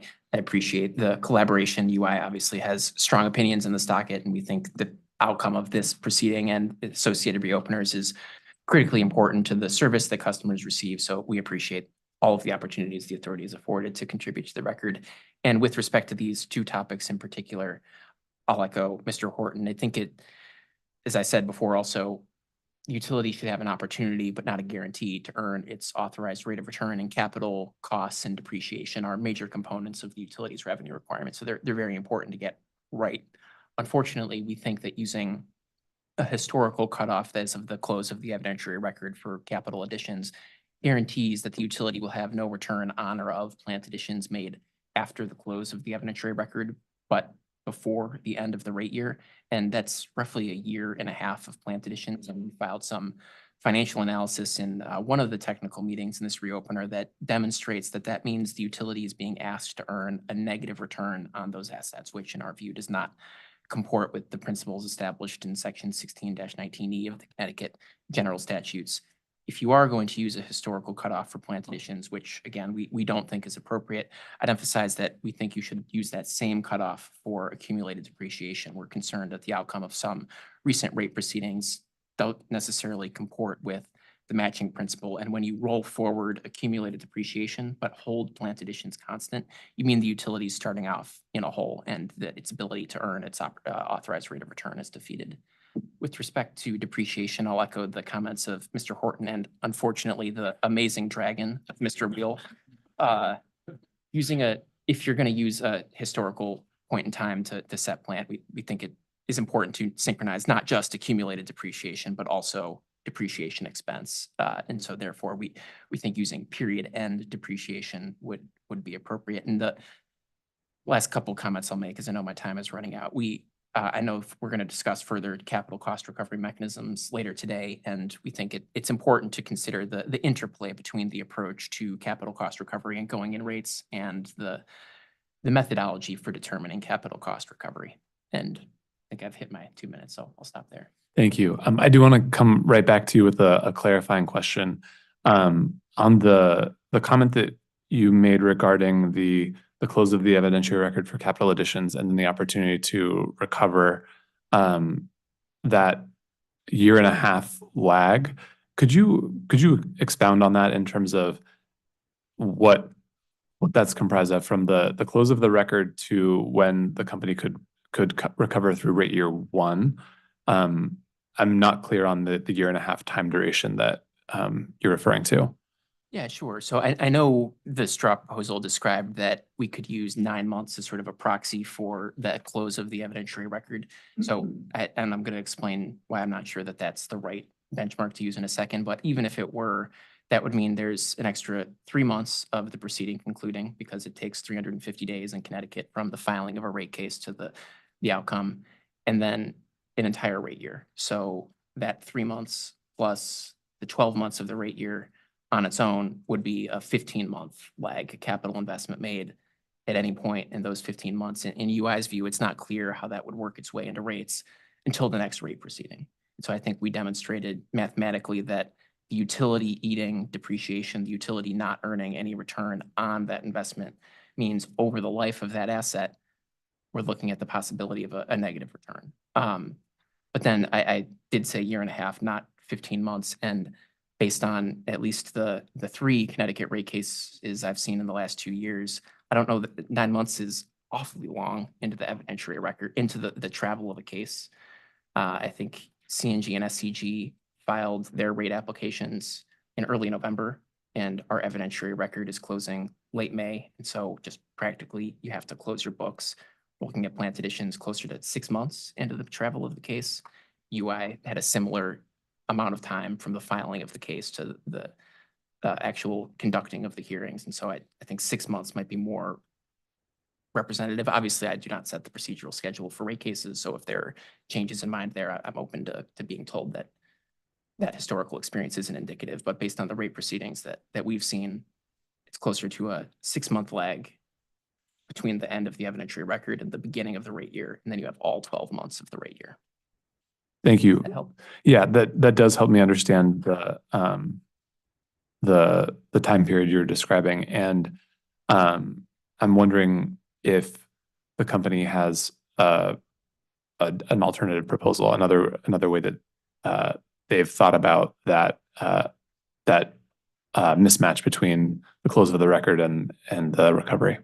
One obvious solution, which maybe we'll get to later today, is the capital cost recovery mechanism that would emphasize, highlight or raise the importance of designing that appropriately so that the utility has an opportunity, but again, not a guarantee, to earn its authorized rate of return, but absent some adjustment, either allowing plant additions through the rate year when you establish going in rates, or a well-designed capital cost recovery mechanism or K-bar mechanism or anything of that sort. The straw proposal as it stands leaves no mechanism, no opportunity to recover those costs. So I think those would be two possibilities that I could see. Thank you. I will invite if anyone else wants to comment on the topic. We are going to move on to our next discussion topic in relatively short order, but if there's a few comments, we could have those now on the same topic. Just quickly, hopefully, to piggyback on Jacob's comments, I think, again, the whole goal of a rate case is to set rates that in the rate year, the utility has an opportunity, not a guarantee. We'll keep using that because there's a perception it's a guarantee, which there isn't. An opportunity to earn the authorized ROE, because that is what's necessary. Utility shareholder investors only care about what you earn. They don't care about what is put into rates as a headline ROE. If you don't have an opportunity to earn it, they don't get that return, which the authority will have decided is what's necessary to attract capital. They only care about what you earn. That's it. So that's an important principle. And so as any time, again, when you're focusing on utility rate making, if you set rates based on a snapshot of plant that's placed into service, particularly in times when a utility's costs of service are increasing, capital additions are increasing at a rate greater than depreciation, you will not be able to finance that and have the opportunity to earn your authorized ROE, particularly if there are decisions within the rate order that cut other expenses which are necessary to serve customers and cannot be cut through efficiency gains or headcount reductions or anything else. So the problem is that, again, if we're not looking holistically at how the rates are to be set and designing them in a way for all components of the cost of service that give the utility that opportunity, it just will not work, because we need to have the opportunity to earn the authorized ROE in order to attract the capital into the system. So I think, and I will just say, I understand the natural inclination to have a snap the chalk line at a historical point and say a fundamental principle in utility rate making is to only allow plant additions which are in service, used, and useful into rates, and that's true. But if in a world where you're operating with revenue decoupling and the top line is fixed to that revenue decoupling target, if you don't take into account the investments that will be reflected in the rate year, again, you're not providing that opportunity. So without decoupling, this framework that we're talking about, where you'd snap the chalk line and you would only include those investments at that point in time into rate base, really is from a time when we didn't have revenue decoupling, but utilities had steady and stable sales volume increases. So you'd start a rate case, you would demonstrate your plant in service at that point in time, which would establish the revenue requirement that's used to set rates. You would leave that rate case, and those rates would be in effect for whatever the actual sales volumes are that are in place in the rate year, which will have increased because historically, prior to 2008, for utilities across the nation, they got steady and stable increases in sales volumes each year from customer usage adoption and from customer growth, from 2 to 3% a year. So that provided an incremental revenue stream for the utilities, which was above and beyond the overall revenue target that was set, by the regulator rate case. And I know I'm getting way down into the utility rate making, but I thought it was important to say, because if we're just sticking to a historical level of investment, particularly at a time where utility is spending more on the system, if you're spending above the level of depreciation expense that's set in base rates, you cannot earn the return that's established, which is why all of this is important, especially as we're talking about trying to, grow the investments that serve our customers, because there's more investment that's needed in people, processes, and technologies. Thank you. I'll just pause for any final comment on this topic before we move on. Yes, in the back. Could you approach the podium, please? And please identify your name and affiliation. Thank you. My name is Mike Frieda, North Haven, Connecticut's first selectman, CEO. I also am past president of Connecticut Conference of Municipalities and currently the vice president of the Council of Small Towns, and also the chairman of the Comprehensive Economic Development Strategy System in the Greater New Haven area. So I'm here today to talk about three things: the importance of, and it's already been discussed, the importance of the sustainability and reliability of the grid system with the businesses. And I'm directly involved with economic development in the region. Companies like Amazon, Medtronic, Sims Metal Management, they really rely on the sustainability and the reliability of the grid system. So when we bring in new businesses, when 2 years ago or 5 years ago, I brought Amazon in after a 2-year time frame to try to get them into North Haven, they wanted to know two things. What is the sustainability of your mill rate, and what is the sustainability of the grid system? So investment in the grid system we see to be very important. At a local level, with the citizens of our cities and towns, when power goes out, after 24 to 36 hours, panic sets in. So the sustainability of the grid systems at the local level, at the street level, at the home level is so critically important. I was a big supporter of vegetation management going back about 9 years ago, and we've really collaborated with the UI on vegetation management. But the perpetuity of that, the ongoing aspect of that is critically important, because what some people don't realize, meaning even at the residential level, is that during rainstorms, even after trees are trimmed, there's a growth factor that happens even beyond that. So the continuing aspect of the vegetation management, as we call it, is critically important. So from an economic development standpoint, we spoke about that here earlier. I'm a big supporter of economic development. So the sustainability of that is critically important. And then in those cities and towns that have a percentage of well water versus city water, anytime there's a power outage, they have a double factor that's really very anxietous. They lose power for 5 days, let's say, but they have no water for 5 days. So that also, I think, is why I really support a continuation of this sustainability of the grid system. I've written articles for Hearst Media on this, and I know that it's a difficult situation, but I'll close with this. Sitting here listening to everyone speak today reminds me of running a municipality. Sometimes we have to make investments in our municipalities, and those investments sometimes are tax increases. I'm going through that now in North Haven. I couldn't pass the first budget, but couldn't pass it because education needs more money. Public safety, police and fire, we're adding police officers and firefighters. That costs money. Wage increases for the employees. So there's a lot of similarities. And what I try to do in North Haven is to show my taxpayers and residents where their taxpayers are going, or tax dollars are going. That's in the form of increased services, roads being paved, playscapes being improved, all the parks in town being upgraded, putting a new bandstand on a green for concerts. And that's why I think that we'll pass this budget coming this week. So a lot of similarities. I'd like to thank you for your time. I'd like to thank the commissioner for appearing before us with the Connecticut Conference of Municipalities and even costs. We appreciate your willingness to speak to us. Claire, it's good seeing you again, and thank you very much. Thank you, Mr. Frida. Okay, we'll move on to our next topic. Laura, could you, thank you so much. We're going to move into the revenue cap formula. And as a level setting for anyone who is joining us for the first time today or during this proceeding, when we talk about the revenue cap formula, we're referring to a formula used to calculate how the utility's maximum revenue requirement may change from one year to the next during a multi-year rate plan. And specifically in this proceeding, we're looking at this I minus X approach, and that formula includes these two main components. There can be others that we have been looking at, investigating in this proceeding, but focusing on these two as the core components of the revenue cap formula. I being an external index measure such as inflation, the I factor, X, a productivity factor used to adjust inflation or the index for industry-specific variances from that external index.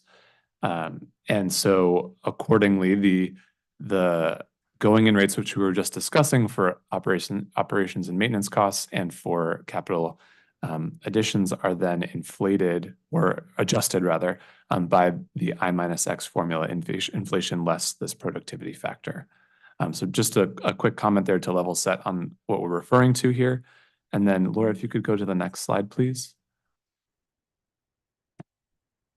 Specifically, we're going to look at each of those two core components. In the straw proposal, the authority proposed using gross domestic product price index, GDPPI, to establish the I factor, as it is something that is rigorously measured by the Bureau of Labor Statistics, quite straightforward and reflective of the relevant costs. And we also recommended in the straw proposal to apply the I factor once at the end of rate year one, and then reset the I factor only if there's an annual change in inflation greater than 2.5%. So we then conducted additional discovery through a written comment request on two potential alternative approaches for applying the I factor, and those are to conduct an annual reset of GDPPI or the inflation factor if annual GDPPI change is greater than 1%, and just to be clear on this point, only if the annual change is greater than 1%. And then the second potential alternative on which we requested comment was an annual reset every year to align with GDPPI at a specific point in time. So with those that context here, I'd again like to open the floor for our seated representatives to provide any comments they have on the straw proposal and the additional discovery conducted. And just for mixing it up, Attorney Goodman, would you be able to start us off with a couple of minutes on your comments here? Yes, thank you. Jay Goodman on behalf of CIEC. As mentioned earlier, CIEC strongly believes that the revenue requirement in every year of a multi-year rate plan should be set based on cost of service principles, which is not the way the revenue requirement be adjusted using a revenue cap formula.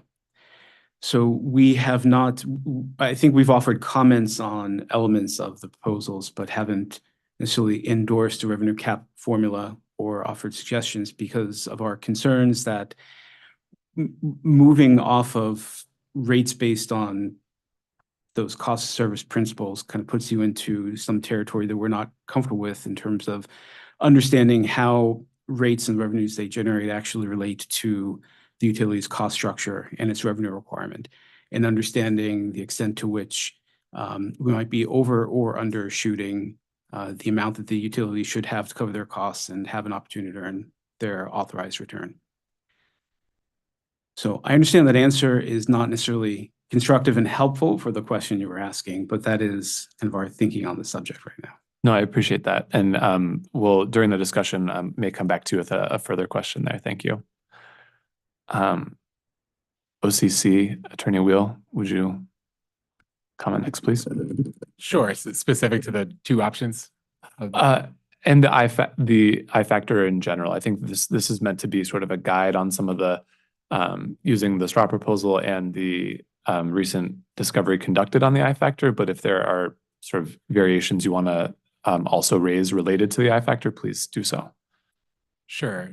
So as we said in our comments, we prefer an annual, backtracking what I said before, we envision the I factor being sort of a, like you said, we envision the whole multi-year rate plan model being that you set rate year one using more or less the same process that we currently use to set a rate year for the going in rates.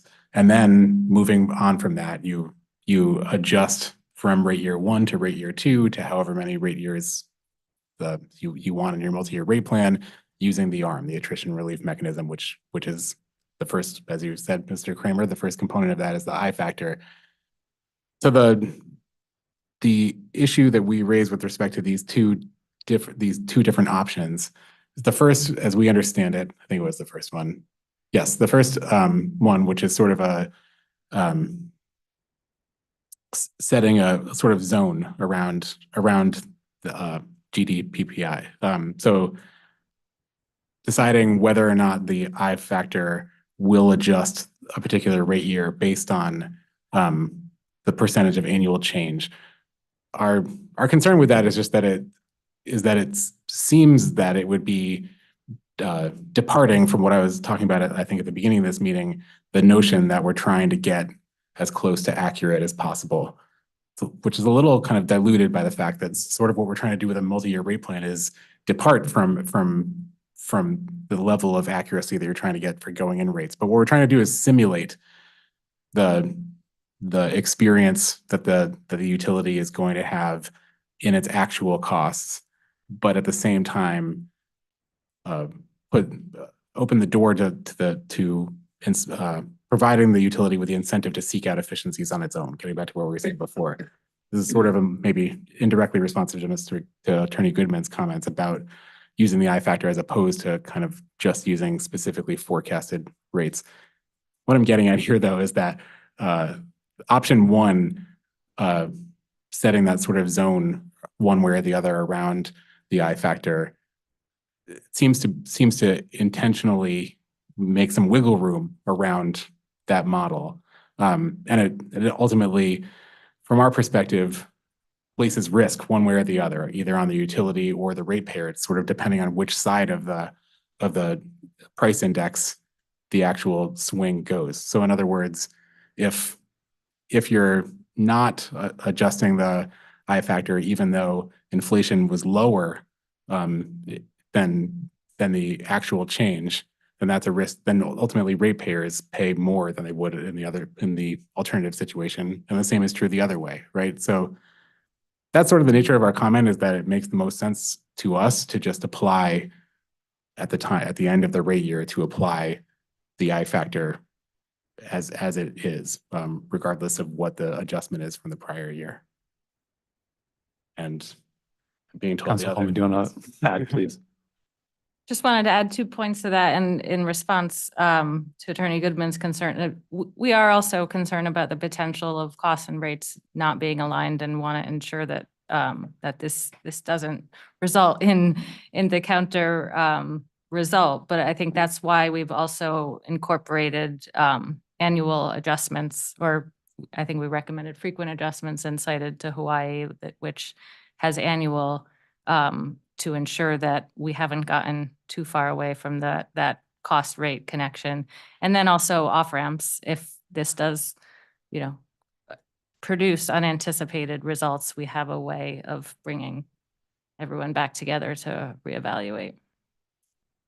Thank you. Mr. Horton? Thank you. Doug Horton with Eversource. I agree with much, if not everything, that Mr. Goodman and Mr. Wheel said, although I will say that's not unfortunate. I find that is fortunate. I think there's a lot of common ground here, which is that rates need to be set based on the utilities costs. I've said a number of times. And PBR doesn't change that. What PBR does is it sets a trajectory of revenues between rate cases that's different from traditional cost of service rate making, where a utility can file for a rate case as frequently as it needs in order to update its rates to reflect its costs. So the goal and the idea behind PBR is that the utility will commit to not file a rate case for some period of time in order to be able to operate under the PBR plan and then pursue those efficiencies in the short and the long term, so that customers will be better in the long run by having lower rates than they would otherwise. Because the idea is that, although I don't agree with it, the idea is that utilities are not incentivized under traditional cost of service rate making to pursue those efficiencies. If utilities are fat, dumb, and happy, filing a rate case every couple of years, they don't have the incentive to pursue those efficiencies, which I will just say, maybe it's self-preservation, but I find ironic that we're accused of that while at the same time being accused of only being out for shareholders, which if we could find efficiencies would benefit shareholders. So putting that aside, if we get to the focus on what is an I minus X factor, this again is very into the weeds of utility rate making, but the way that it's applied, I've been in a number of proceedings at this point where this is subject to debate and litigation in a rate case proceeding. The whole idea of the study is to evaluate the relationship between I and inflation and the utilities cost trend, which is X. So I don't see any value in predetermining at the outset any set method, because what should happen in my view is if the goal, which everyone has so far said, is to have rates set to reflect the utilities cost of service during the pendency of the PBR plan. There has to be an analysis to determine what is the utilities projected cost trend based on the relationship between I and X. So if there is a study done, which is the whole purpose of the total factor productivity study that determines X, a study would be done to say, here's what inflation is, and based on the utilities cost trend, the relationship of X to inflation is a number. That number is then subtracted from X. In recent studies that I have been a party to show that the utilities costs increase at a rate greater than inflation. And that is a tough pill for regulators to swallow, and I get that, but that is a separate discussion. That is a separate discussion that should be the focus of debate and litigation in a rate case, so that ultimately we're coming out of a paradigm again where the utilities rates are going to be set initially and then during the course of the PBR plan to reflect an expectation of the utilities costs. And although having a negative X factor is a tough pill to swallow because it implies some lack of productivity, that is not actually what it stands for. The idea is that it's setting rates at a level that will reflect the utilities costs of an average industry participant, so that the utility who's performing under that PBR plan is motivated and incentivized to reduce its rates, or its cost structure, I should say, at a rate that's better than an average industry participant. We are motivated by having a revenue stream in place that we can count upon, that we can predict and plan our business to, but that cost trend is reflecting the average cost trend of an average industry participant. So we have incentives to do better than an average industry participant. Without that in place, again, there's no bearing to say, I think Mr. Wheel said it, there is no bearing to say, well, our costs increase at a rate level to inflation or less than inflation. It could be that at some point in the future, the X should be a deduct from inflation.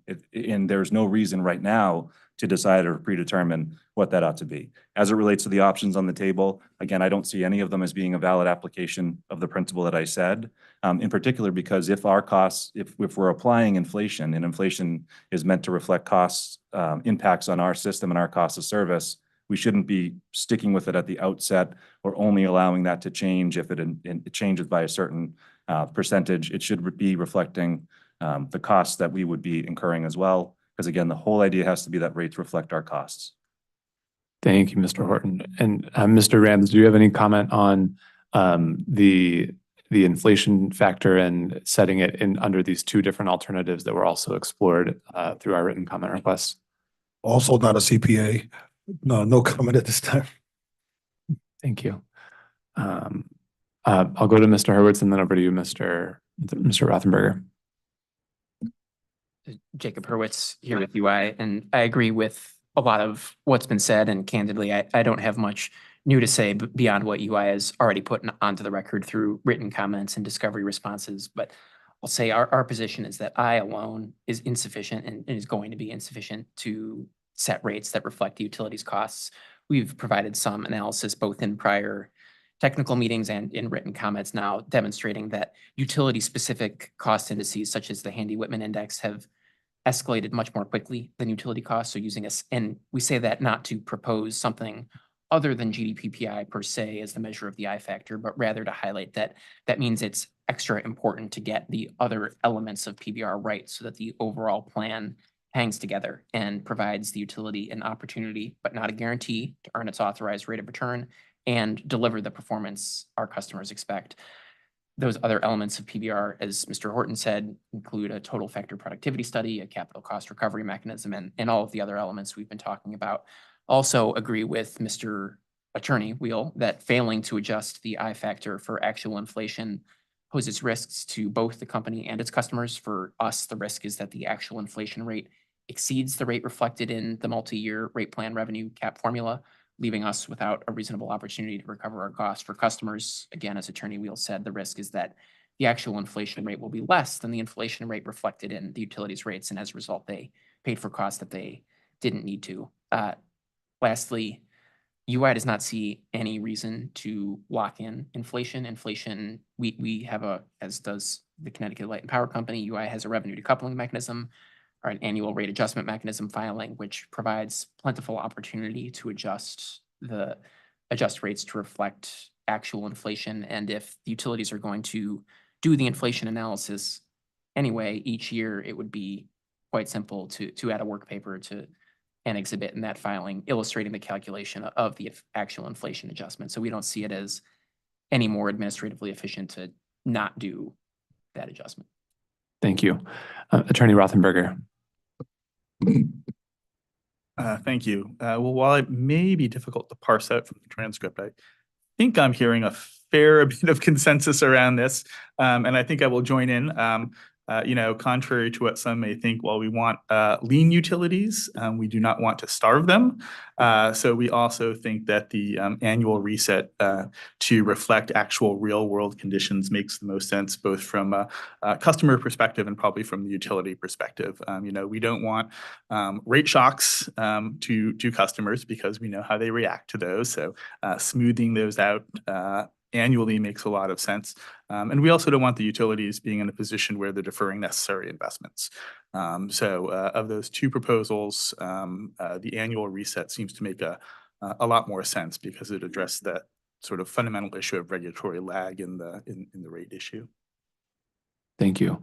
And I had mentioned a three-part process where we would have some discussion time. I want to actually move us to the X factor, which is the next topic, because we're already addressing that in various comments. And so let's talk about it all together as the I minus X formula. So Ms. Lupoli, could you advance the next slide?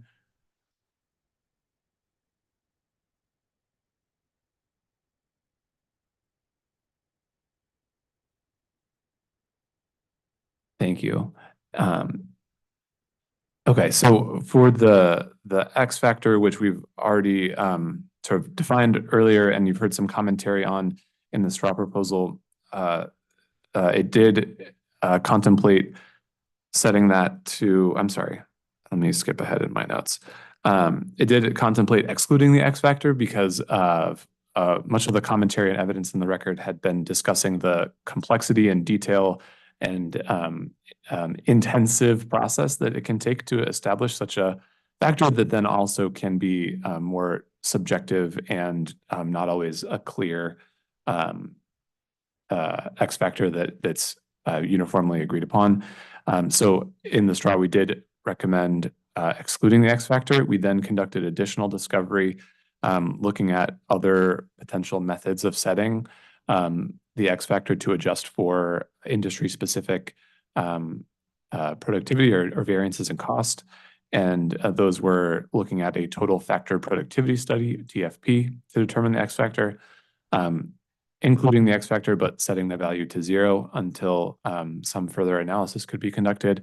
And then additionally, the option of determining a de facto X factor value for some costs, as is put in practice by the New York State Public Service Commission, was also discussed. So this is the sort of other piece of the formula that, again, if you're new to this, you've been hearing about. And I'd invite our panelists again to make some commentary on the various approaches to setting the X factor. If you want to expound on the comments that you may have written or submitted through written comments already, or provide additional detail for the use of the evidentiary record, that would be helpful now. And I'll start. Mr. Horton, I can't. I've just been waiting for my. I can't deny the enthusiasm. I am going to put my timer on. Yeah, that's smart. So that we can get to our break in short order. Please. I'm so sorry. I touched on I only got a timer running. I have to cut you off. I touched on this a little bit, so I won't dwell on it, but I did want to say I'm also not a CPA, but I am an admitted and unabashed utility finance and rate making wonk. So I just wanted to get that on the record. So, I talked about this. The TFP study it determines what is the X factor. I don't see why we would depart from, although it is, an area of debate in a rate case.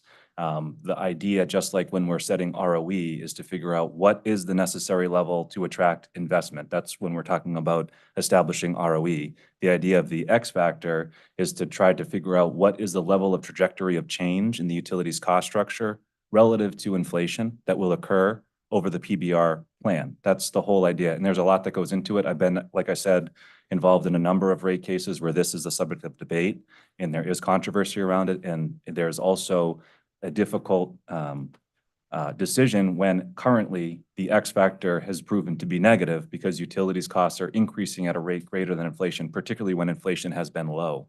Our costs are not going down. We don't have increased sales, but we have increasing costs. And when that happens, without getting into all the ins and outs of a TFP, that produces a negative X. Our outputs are flat.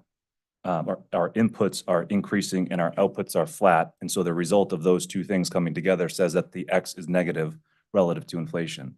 And so just arbitrarily setting the inflation or the X factor to 0 or determining a de facto X factor value without the benefit of a TFP would not result in rates that reflect the utilities costs, would not result in rates that are just and reasonable and adequate to provide the utility service to our customers. So that's my concern with doing any alternative besides having a study focused on what should the X be and then having that apply to rates in the interim period. Thank you. And that was less than 2 minutes for the record. Attorney Rothenberger, please. Jump in. Yes. So I may be in the unenviable position of agreeing with a lot of what Mr. Horton here has just said.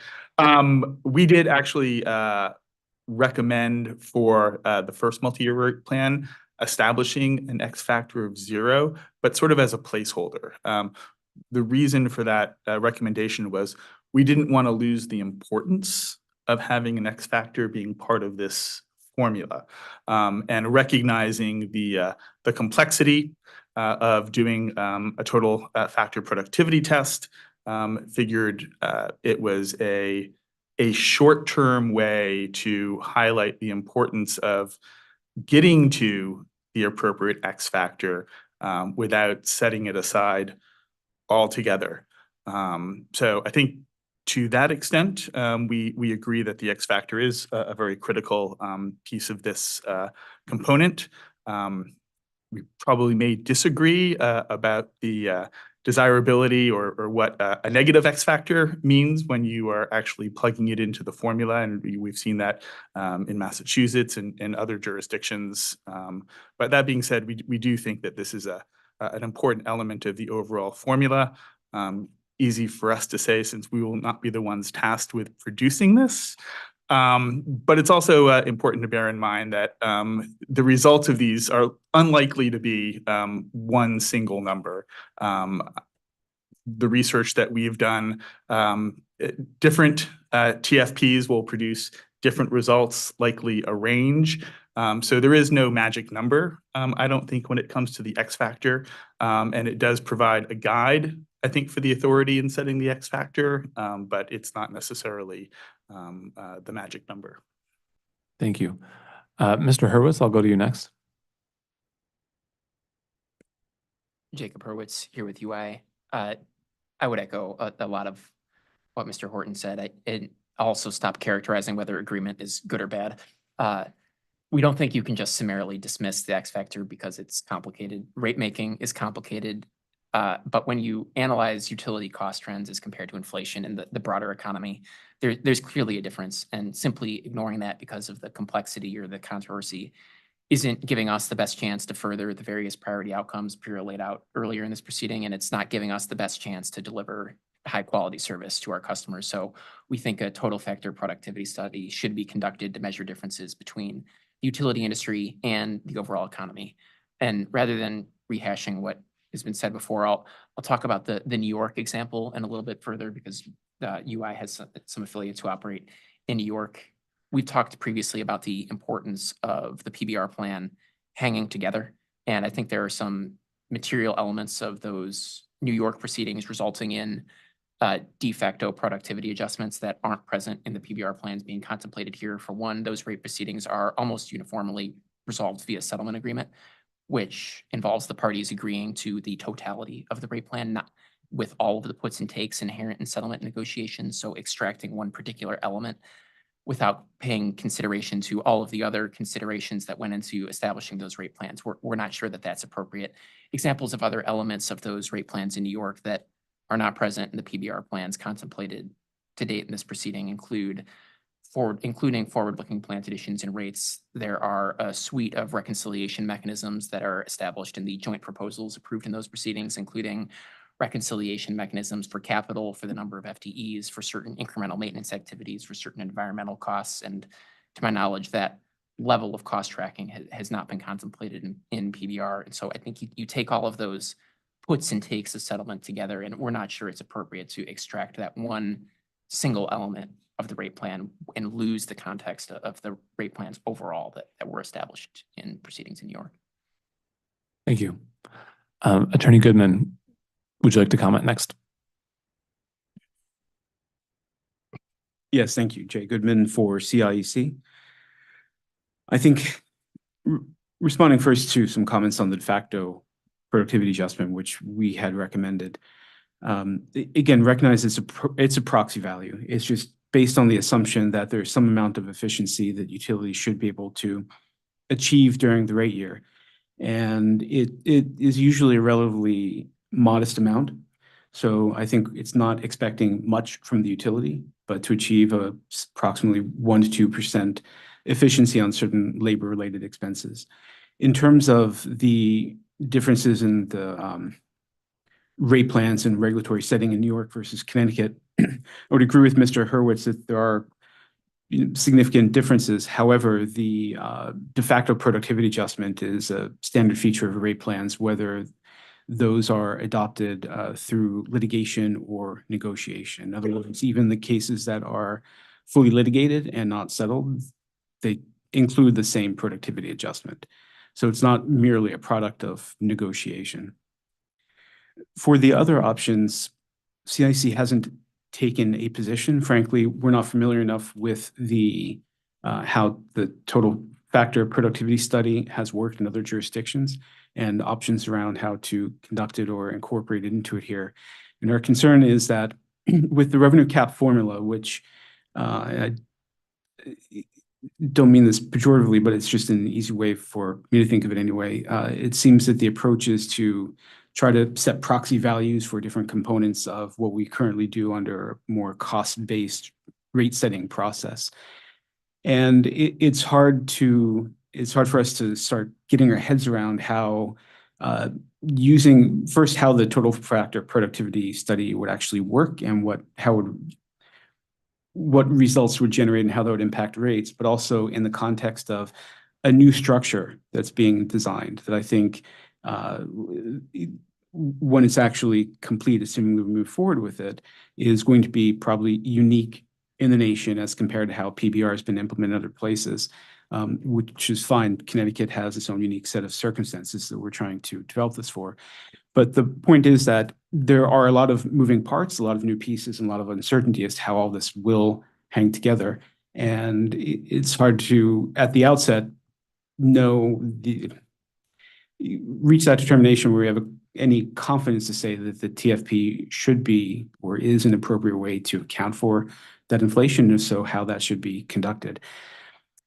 Final comment, just overall, we agree that there should be some effort to try to account for productivity and efficiencies and to encourage that. And so we're certainly open to consideration of different mechanisms to do that. And the devil, of course, is in the details in terms of how you actually do that. I think maybe I'm connecting dots that shouldn't be connected, but I believe OCC earlier mentioned the management audit and how that potentially could be used to help identify productivity or efficiency. And it's another piece that's out there. I'm not sure how that would fit into consideration of developing an X factor or playing to the revenue cap formula. Hopefully I didn't go over my 2 minutes. Thank you. I forgot to put the timer on, so you lucked out. Even better. I'm pretty sure I was 1:20. Thank you. Mr. Rams, any commentary on how the X factor would be established? My only contribution would be I just want the authority to consider keeping our numbers and skills intact. However way the revenue impacts that, it's my concern. Thank you. And OCC, Attorney Wheel, if you'd like to comment on how we're setting or considering setting the X factor. Sure. I agree with my new best friend Doug about the comparison to setting the return on equity in a rate case. I think actually Mr. Horton and I had an interchange of making that comparison at some earlier technical meeting, but that's how I see this. And I acknowledge that I haven't, I mean, this is just my own conception of it, so I might be envisioning it inaccurately, but I see the setting the X factor as akin to setting the ROE and the TFP as similar to the DCF or the CAPM as those are the tools that are used in order to establish what the overall return on equity, what the cost of equity is for a utility generally. And similarly, actually, well, two things. I see that process as being contentious, similarly to setting the ROE. I imagine and expect that we, for instance, will have a different view on what the overall X factor across the utility industry is. We'll have a different view on that likely than the company will, similarly to our differing views on ROE. I agree with Mr. Horton and I think Mr. Hurwitz that the idea though is that those multiple views are analyzed the same way all other multiple views are analyzed within a rate case proceeding that, and through that, through sort of like the traditional model of litigation, the idea is you have all the views, all the representative views expressed as thoroughly as possible, and from that bubbles out the truth or the answer, right? So that's the way I see it, and I think that's why we would support actually conducting the TFP as difficult as it is, and being that we are in the unenviable position of probably having to do that in response to Mr. Rothenberger, or at least be heavily involved in that process. The other thing I'd make a repeated pitch for, as we put in a lot of comments before, is the idea of a stretch factor. And I just want to use this opportunity, since we're here in person, to maybe articulate it in case it hasn't come across clearly in our comments before, that the way we see the X factor as, well, I'm going to make another ROE analogy. As the different ROE, cost of capital experts conduct their differing versions of the CAPM and the DCF, what they ultimately arrive at through those different analyses is a range. Like, they don't actually arrive at a single number. They arrive at a general range of what the cost of equity across the proxy group. So a smaller kind of idea here than the overall utility industry, but the range generally of how much is the cost of equity for utilities similar to the utility that's being examined in the rate case. But then they go from that range, at least theoretically, they arrive at a final number, at a final recommended ROE. And theoretically, at least, the difference between that, the way they get to that number is through consideration of the individual risks faced by the company who's seeking the rate increase. So there's a difference between that kind of overall analysis of the market, what the market expects generally for a utility company similar to the company that we're talking about, and this kind of subjective throwing the dart to land at the single number of what is the cost of equity for this company that's here for the rate case. We see that's a similar distinction between the X factor and a stretch factor as kind of part of the X factor analysis, being that establishing the X factor is about what is the overall industry efficiency.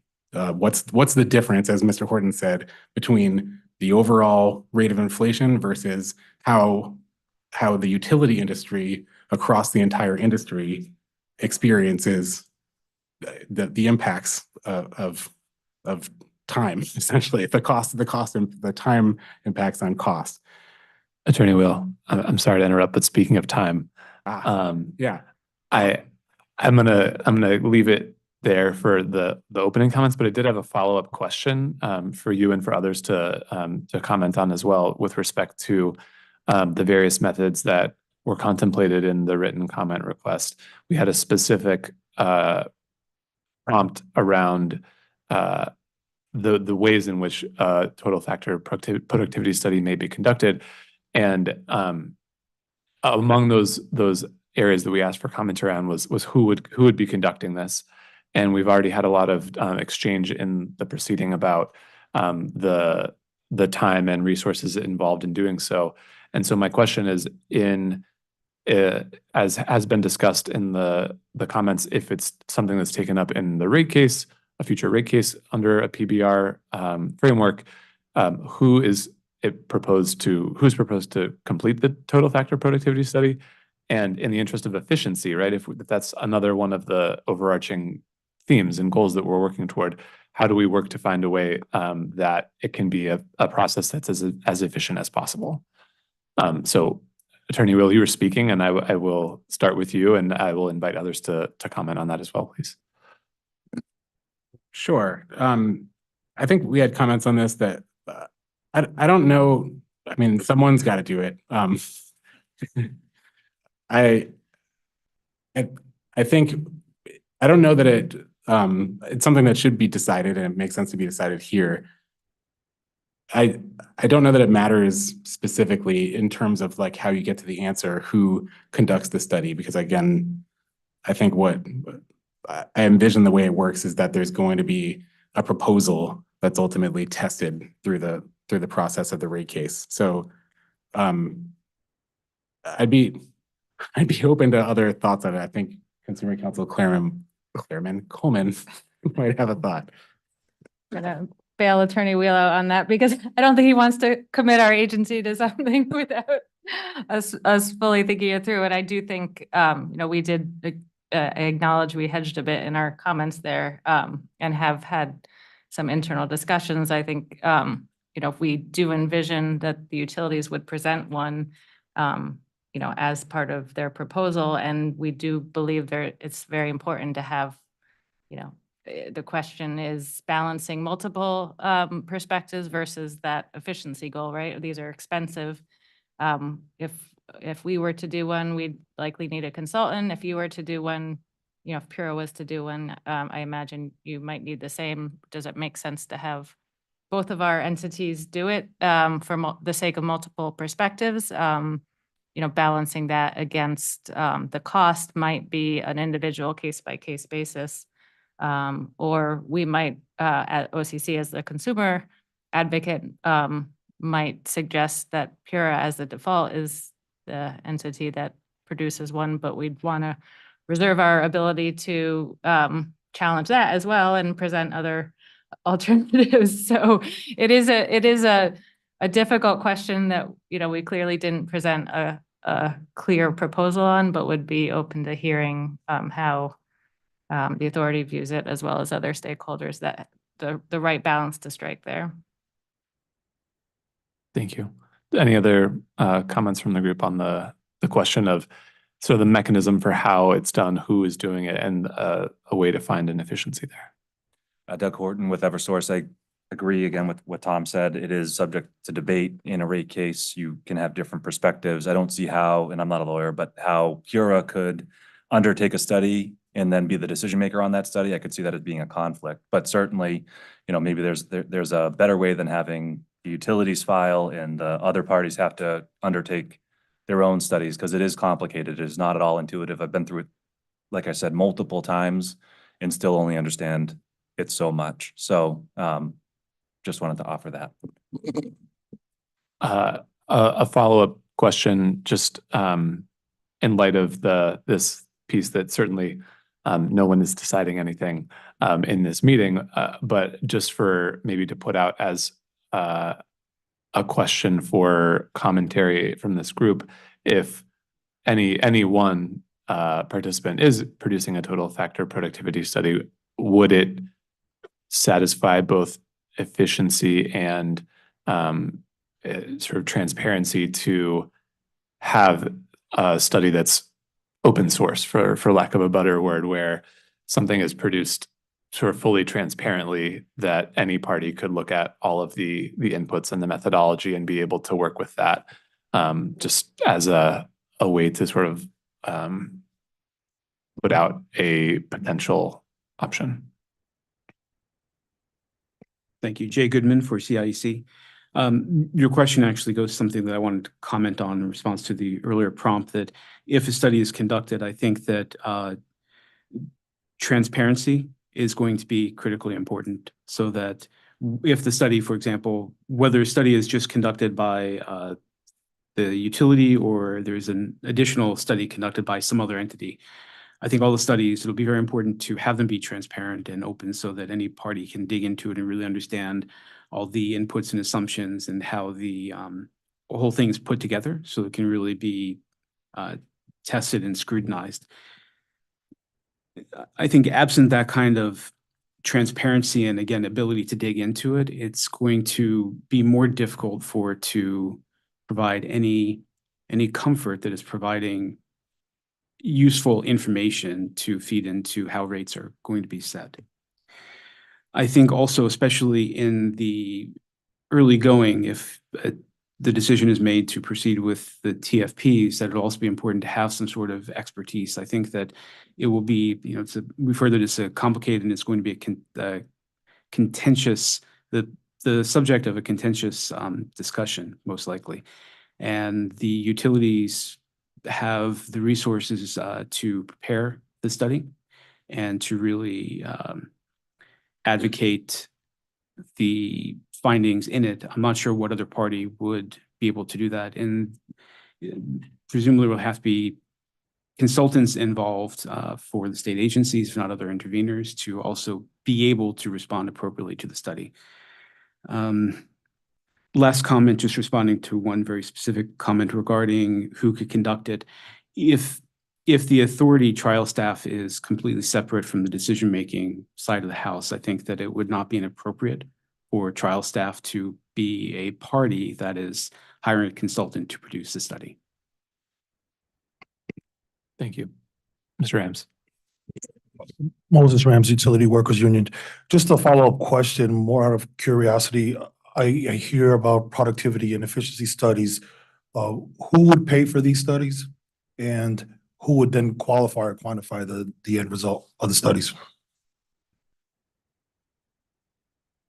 I will leave that open for the participants here. I mean, well, what I would say in my experience, when we have had these studies, it's been mentioned what the way that it has worked is like with other studies that are done as part of a rate case. So we have ROE, depreciation, allocated cost of service. There's lots of studies that are done. The utilities engage with an expert consultant unless they have the experience in-house to do the study. It's presented as part of the rate case. And I would say it absolutely is a transparent process along with all the support and the assumptions that go into it, just like with those other studies. And then other parties would have to, just like with the utility, determine whether or not they can support it or would object it and have to undertake their own studies. But it certainly is complicated. What I find is I don't know how you can have an objective, just a single entity where we would point and say, okay, that's the X factor for the reasons I think Mr. Wheel said.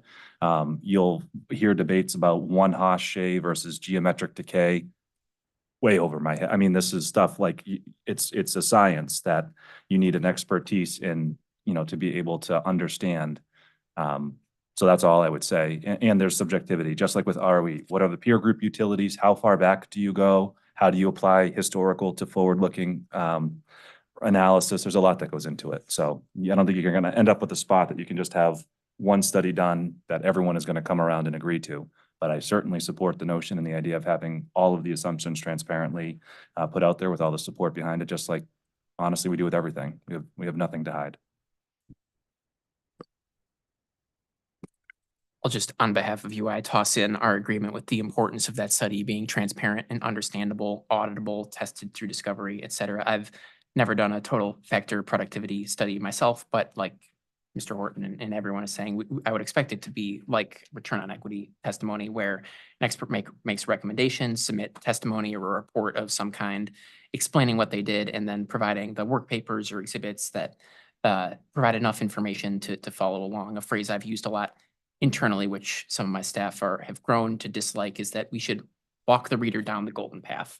We want our materials to be as clear as possible to someone who isn't us. And I would anticipate a similar standard being applied to the total factor productivity study. Well, it's complicated, and I'm sure a lot of concepts would be new to me personally, at least the first time we conduct one.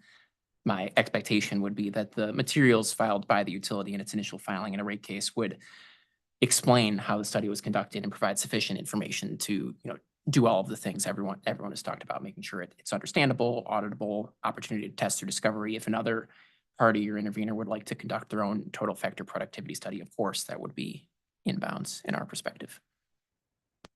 Thank you. Okay, we're a little behind the schedule that was posted earlier this week, but let's take the break now. we can come back and do any final comments or discussion on this before moving into our next topic. So, or if we're done with that, we can certainly move on, but let's take a 15-minute break and come back at 3:30.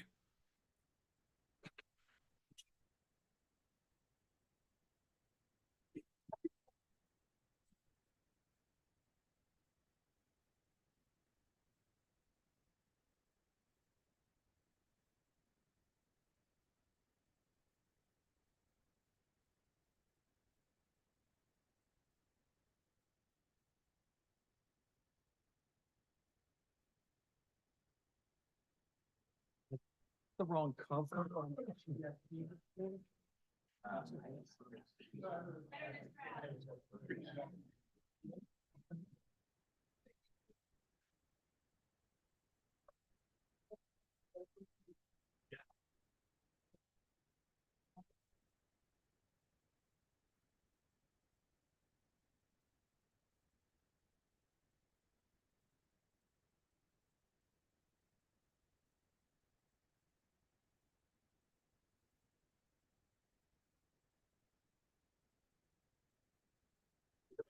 Good, you?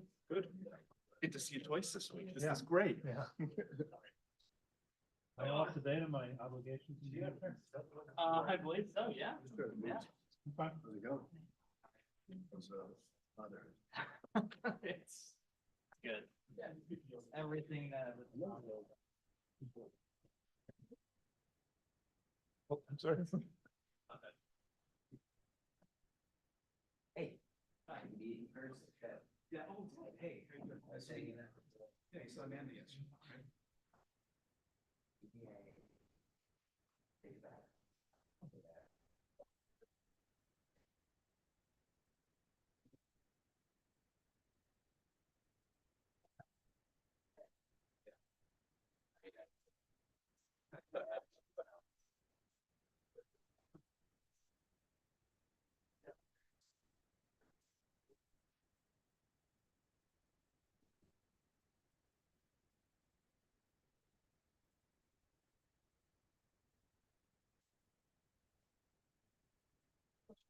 One thing.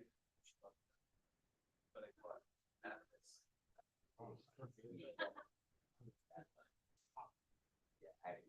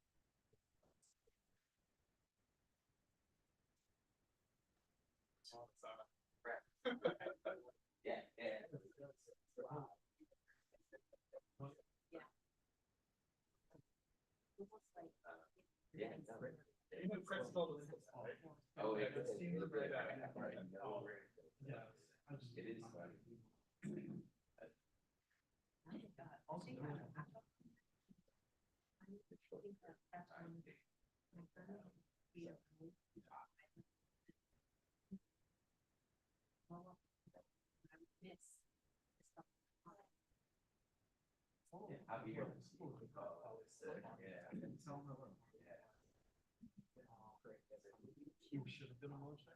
Okay, good. Good motion. I get it. I'm not. So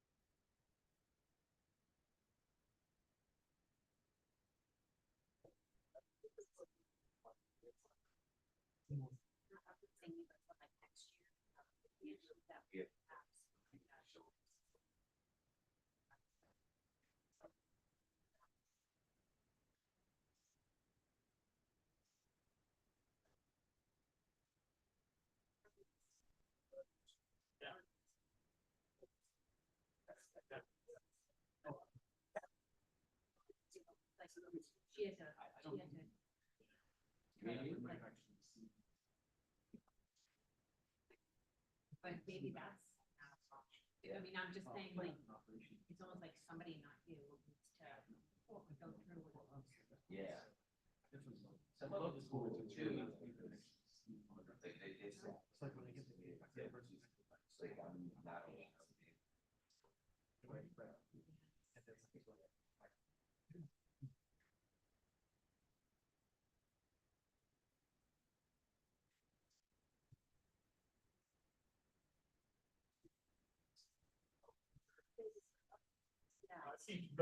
That it looks like we're preparing for Mars, right? No, I actually,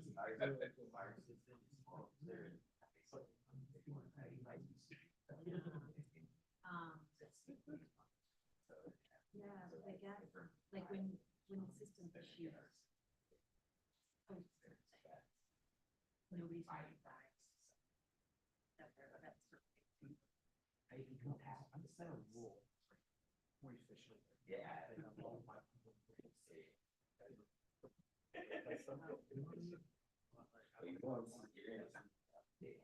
Before you guys come. Yeah, but it's But I will say, I wasn't sure that, it's best not to get children information. yeah. I'll look it up. Yeah. Always correct it, not that. The incident. And the problem is. Ow. It's almost like check hit just forward it. That has to. Google the person thing, figure it out. Well, yeah. You know, it doesn't get that, but obviously.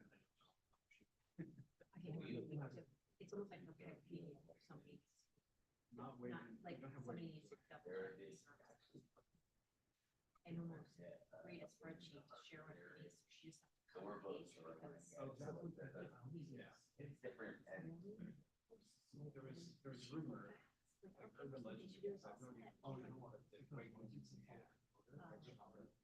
So that's a bridge around all. Yeah. And Wegmans hasn't changed. Because I'll email her all the, like, suppliers. I think they're annually required to, and whenever they make changes to their. So I know for.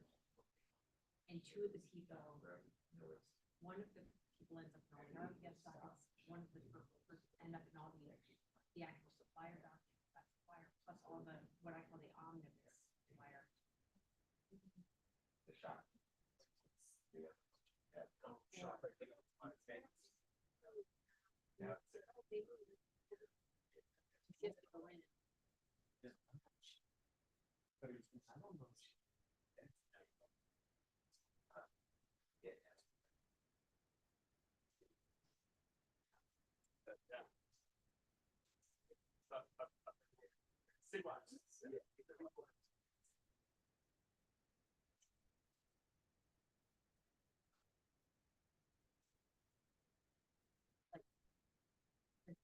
Make an Excel of all of the.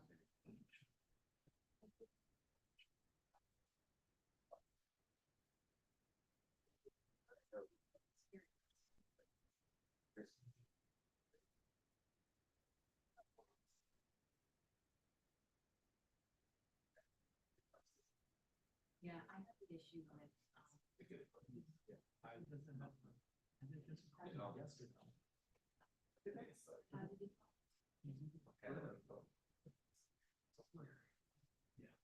I've been with.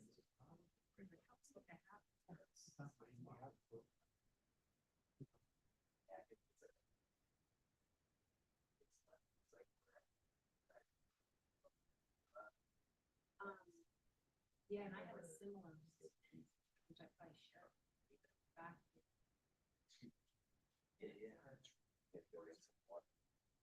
had.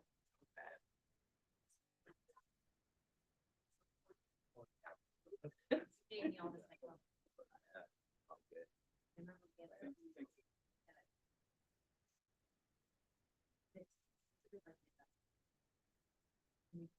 Oh, no, it was math. I remember we issued something.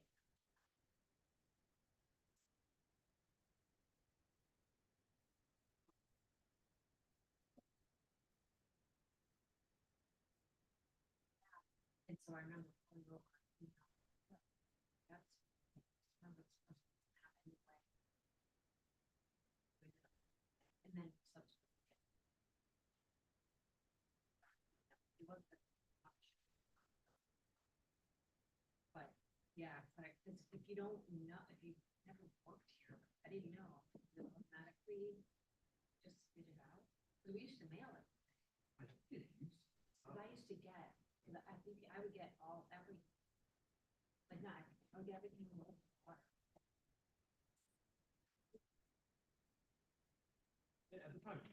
It's smart, but it's just, when we have a docket, we have to know, okay, we set the service list.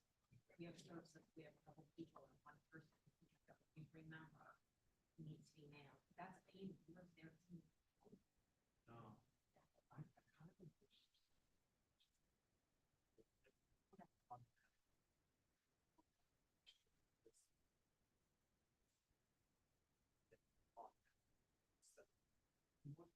Yeah, and the thing is, I used to like.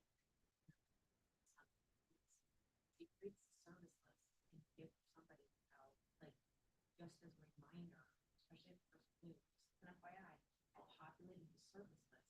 Susie Boo is not today. This let Yeah. you make sure every single time to have, do they do it down email?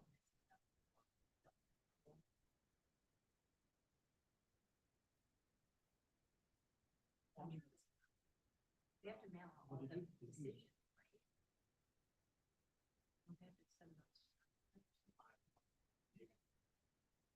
I don't even want to know, because they don't do, what I think is that, I don't just do it.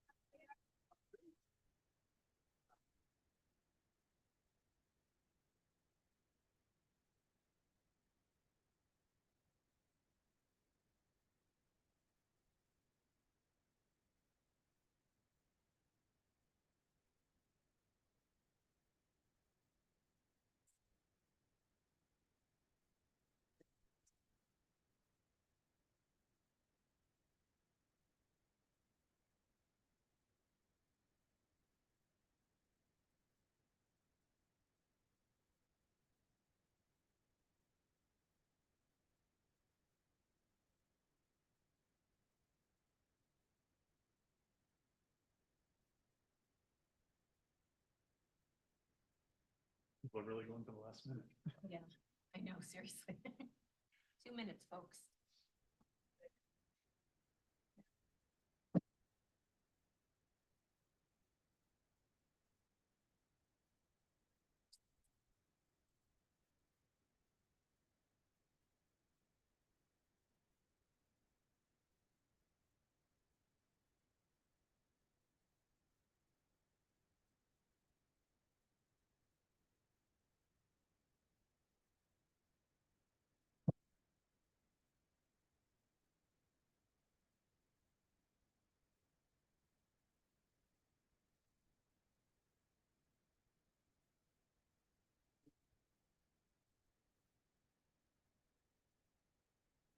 Why don't you?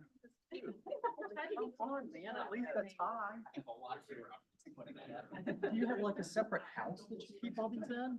I mean, I can't imagine. You have? It sounds intense. They're working hard. Trying. Nice to meet you.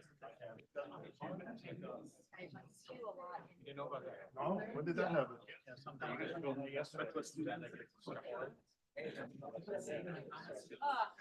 How long have you been? Sixth grade. Okay, so during the pandemic, sorry. Yeah, it's hard to- Yeah. So that's fine. I mean, I would call them. Yeah, two dimensional. Yeah.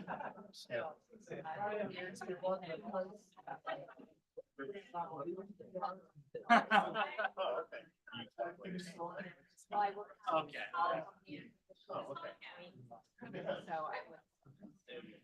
Okay. So kind of the next transition and building on. All right, good afternoon. Welcome back. I'll call us back to order and we can continue with our agenda. Mr. Kramer, I think you're moving us into topic 3. Yes, yes, thank you, Chairman. So our next topic will be to discuss capital funding. So Robin, if you could advance to the next slide, please. Actually, it'll be 2 slides, I think. Thank you. So for our third discussion topic this afternoon, we will be looking at capital funding and specifically referring to those funds invested in capital projects such as property, plant, and equipment, on which the utility can earn a regulated return on equity. And in this discussion, we're aiming to focus on 2 aspects, those being the capital that is funded within a multi-year rate plan's approved revenue requirement, or through the revenue cap formula, or also the capital that may be approved through an incremental funding mechanism or a mechanism that's outside the scope of the revenue cap formula in a multi-year rate plan. And for those such incremental capital funding mechanisms, the options discussed or in the record to date have been a capital tracker and a KBAR mechanism. Capital tracker being that which is establishing a revenue requirement, accountability mechanism, and other parameters for a predetermined capital investment purpose, and KBAR as a mechanism to establish incremental capital investment based on past capital expenditures and escalated by a predetermined factor. A broad simplification of KBAR, and I'm sure Mr. Horton will tell us much more about his experience in Massachusetts with KBAR. But just to level set again for everyone who's joining us today, and the next slide, Robin, if you could advance us through, is to focus us first on capital funding within the revenue cap formula. So this is somewhat sparse because the straw proposal, I think, commented only broadly by assuming a level of capital funding from going in rates that would then be adjusted under the revenue cap formula for future years in a multi-year rate plan. And this is a topic that has not had additional discovery conducted on it to date. However, we thought it important to give the opportunity for participants to comment on the level of capital funding included within the revenue cap formula. And so to start off the discussion, do we have any volunteers? Mr. Horton raised his hand last time, but does anybody else want to volunteer to go first with some opening comments? Attorney Wheel. Sure. I think in my mind, this was kind of already addressed in the form of the discussion about depreciation expense and the question of how that goes into the going in rates and whether the depreciation expense is adjusted under the ARM. Well, and maybe because as I understand, when you're talking about the revenue necessary to support capital investments, you're talking about depreciation expense, the return on capital on the rate base that goes into service, and the flow through, as Mr. Horowitz's, I always hear Mr. Horowitz talk about flow through effect associated with the tax implications. So I think, like I said before, the way we see it is that going in rates would include depreciation expense calculated based on the rate base that's established for the going in rate.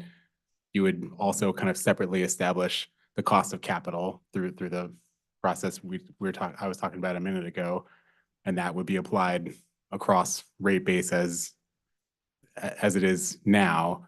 And then there'd be an adjustment to the depreciation expense in the through the mechanism of the ARM formula. So I think my understanding maybe of like the distinction here is that we're talking about like a baseline level of capital funding versus incremental capital funding, which I think is more what the discussion of tracker versus K-bar mechanism is about.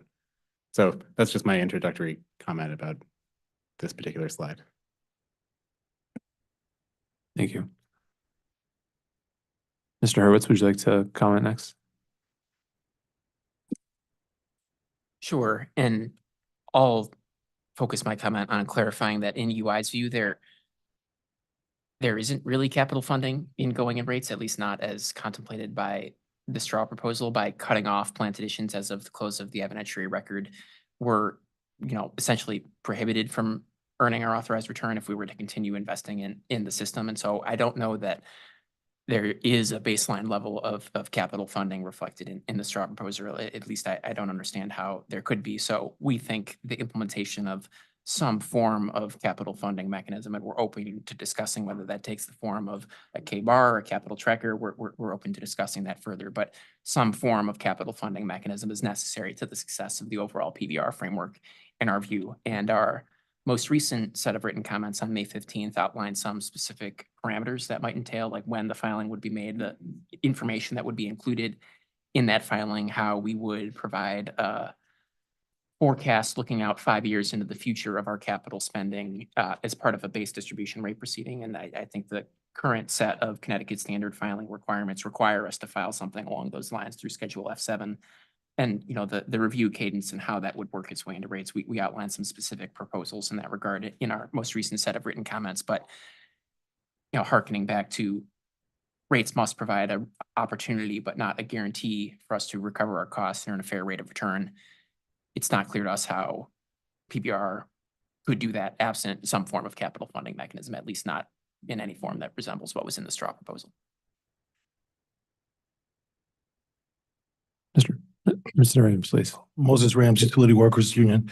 I would also add to that comment that not just for the success of PBR, but for the success of our infrastructure, it would be virtually impossible for us to maintain the infrastructure without the capital budget right now. In addition to the infrastructure, the skills and the headcount that we need to be able to maintain that, either on blue sky days or on stormy days. So it's not just PBR that's at risk of not being successful. Our infrastructure is also now at risk of not being successful. And that's what's worrisome to us. I speak for about roughly 500 individuals in my union that will say that is the number one topic of today. How do we maintain our safety and security of our infrastructure for our workers?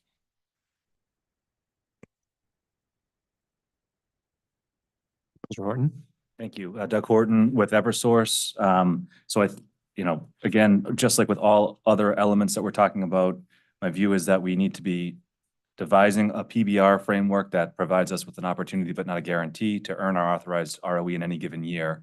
So under a PBR framework, when you do the TFP study to figure out what the X is, part of that is capital-related costs as well.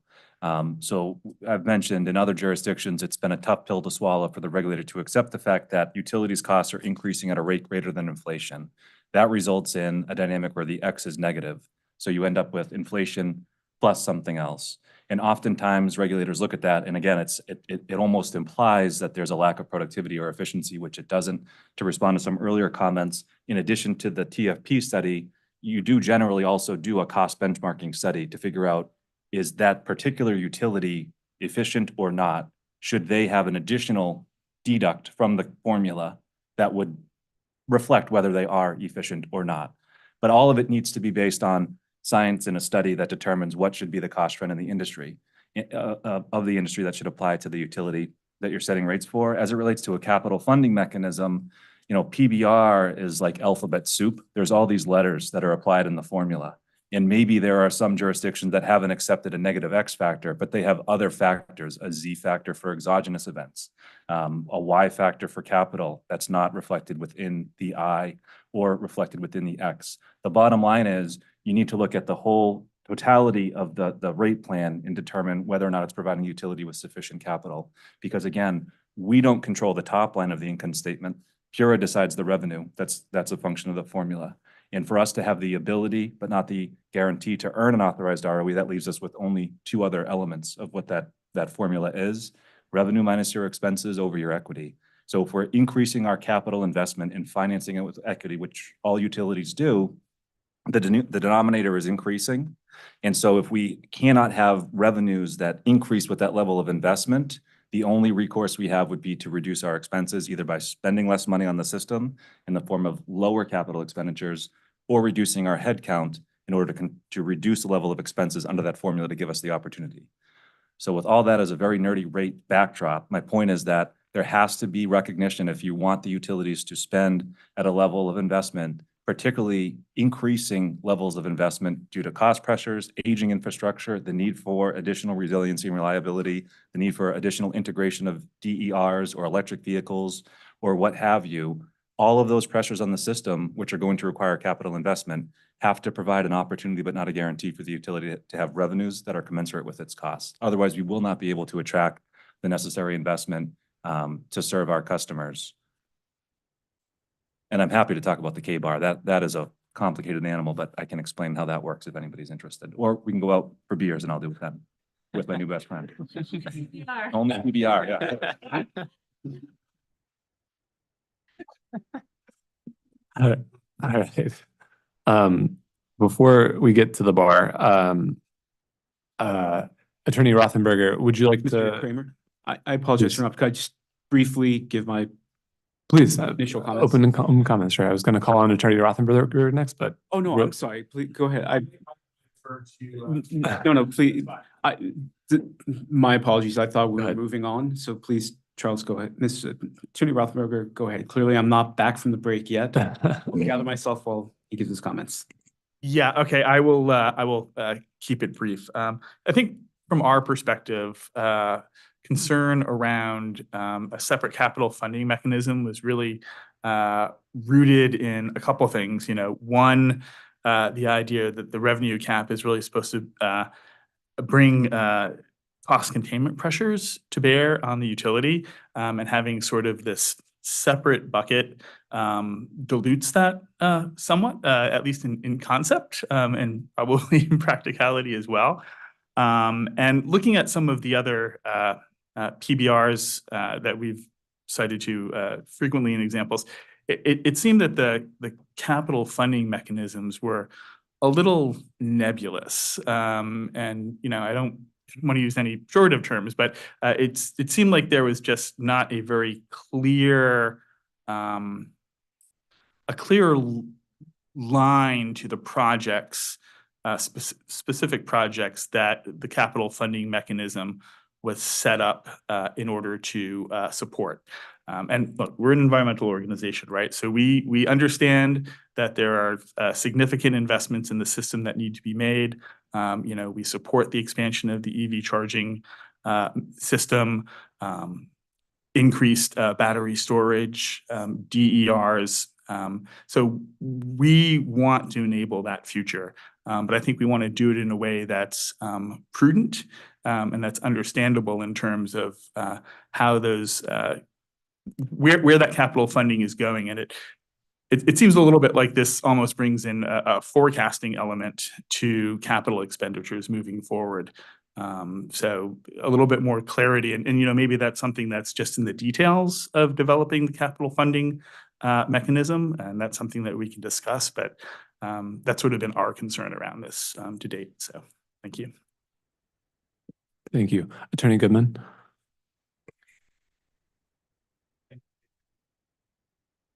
Turned off. Jay Goodman for CIEC. Thanks.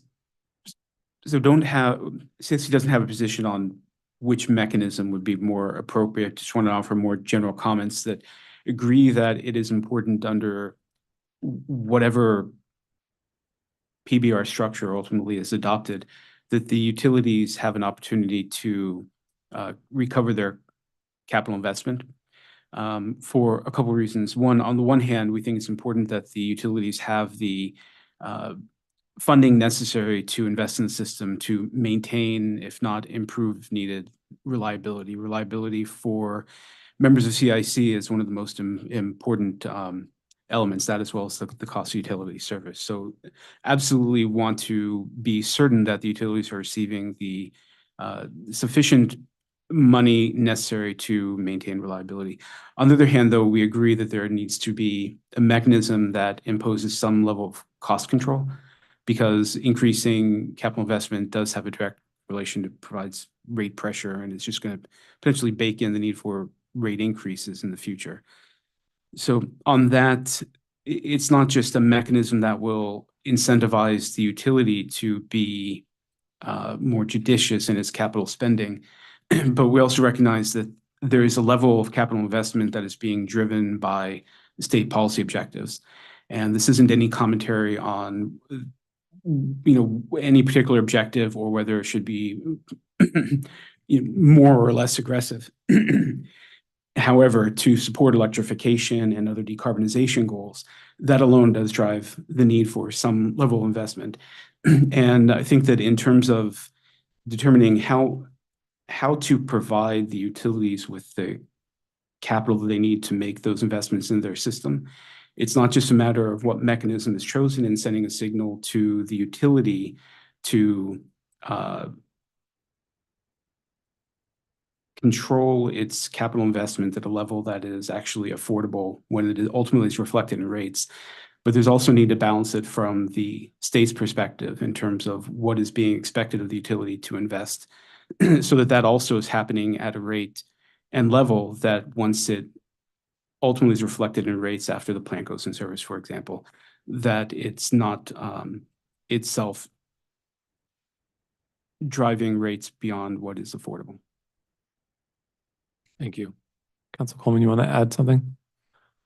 Yes, please. Claire Coleman, Connecticut Consumer Council. I definitely share Attorney Rothenberg and Goodman's sentiments that the key here is to balancing the need to account for incremental investment with the desire to not dilute the cost containment mechanism of the multi-year rate plan.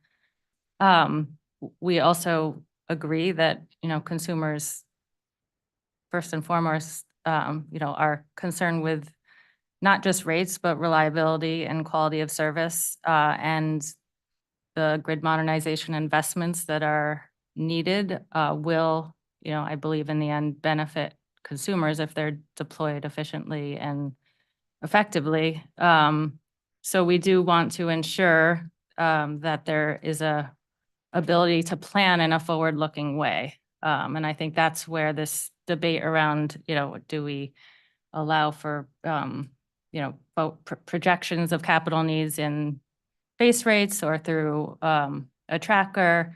I think when we, the Office of Consumer Counsel, think about it,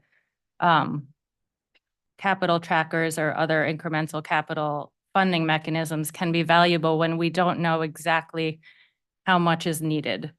For example, with EV deployment rates, we don't know how quickly that's going to happen. So we don't want to build into rates more than is sufficient, because we have less of an ability we don't have an ability to pull that back. And the advantage of a tracker is that, and not building it into rates, but accounting for it on a line-by-line basis, is that we do have, if implemented effectively, we do have an ability to annually review and assess and true up those costs and expenses in a way that's not available if we're building these costs into rates. So in order to maintain that cost containment mechanism, we really have to think carefully about how any capital tracker is structured. I think we've all learned a lot from the ESI, which is, I believe, one of the first capital trackers that was implemented and, you know, have been evaluating how that could be implemented differently to ensure more rigorous accounting of expenditures and ability to evaluate the expenses on the back end as well. And I think the more, you know, targeted approach certainly lends itself to enhanced cost containment. I guess hope for more cost containment. But I recognize it's a difficult challenge for the authority to balance in terms of, you know, ensuring that we have, that the utilities have the incremental capital expenditures they need to fulfill these grid modernization and other public policy goals and continue our resiliency and reliability metrics, while also making sure that we're not allowing for unlimited spending in a particular area. Thank you. Mr. Rams. Moses Rams, Utility Workers. Attorneys Goodman and Rothenberg were mentioned the environment, and that's obviously something that I myself have interest in, and so does the company I work for. It's a large renewables company, obviously. It appears though from our perspective that there's a blind spot in the future of PBR as it pertains to going green. We don't believe that our system is built for that yet. Would there be a mechanism that we can adjust to the impacts of going green will affect us?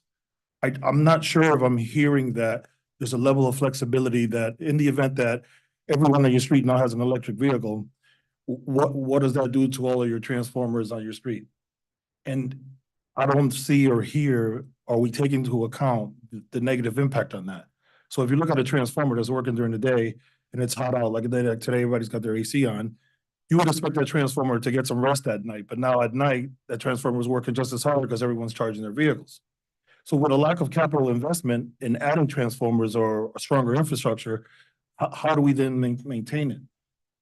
So going green is a nice thought, but it's expensive. And I'm not hearing where this allows that mechanism to take place. Thank you. Before we go too much further on this topic, I want to, I think that capital trackers, KBAR have started to bubble up in the discussion. Before we move on from what capital funding is or is not included in the revenue cap formula, I wanted to ask a question of you, Mr. Hurwitz, about the assertion that you made that there's no capital funding contemplated under the revenue cap formula. I'm curious, what would it look like if there were capital investment that was subject to the same pressure of the revenue cap formula? What would that, how would that play out for the company for a PBR framework? Well, I don't know that we have to wonder too much. You know, I'm not here to relitigate UI's last rate case, docket number 220808, but UI's earned return today is extremely low, in the 4s, below its average cost of debt, and despite the recently concluded rate case, and that's impacting UI's ability to invest in the state of Connecticut. We made a filing at the end of last year explaining that the outcome of that proceeding has forced us to implement temporary austerity measures, which include primarily reducing UI's capital spending each year to approximately the level of depreciation. And UI has decades of doing the right thing and investing at the level that investing in the system and delivering, you know, best in class reliability, top quartile reliability. So, you know, those temporary austerity measures can be sustained for a little while, but you know, there's a time where the rubber is going to meet the road, and UI is going to require the rate relief necessary to reverse them in the best interest, to act in the best interest of our customers. I think I'm asking a slightly different question though, which is not necessarily about the most recent rate case, but instead about if we're only thinking about capital funding as something that's incremental and separate through a tracker or a KBAR, then it sort of isolates that important cost driver for customers.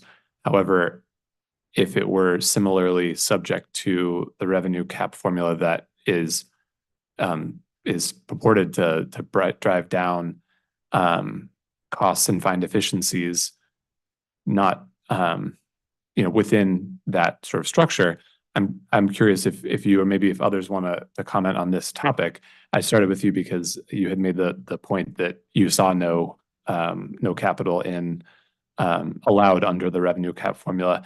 And I'm curious whether it needs to be that way and whether others see it in a different form.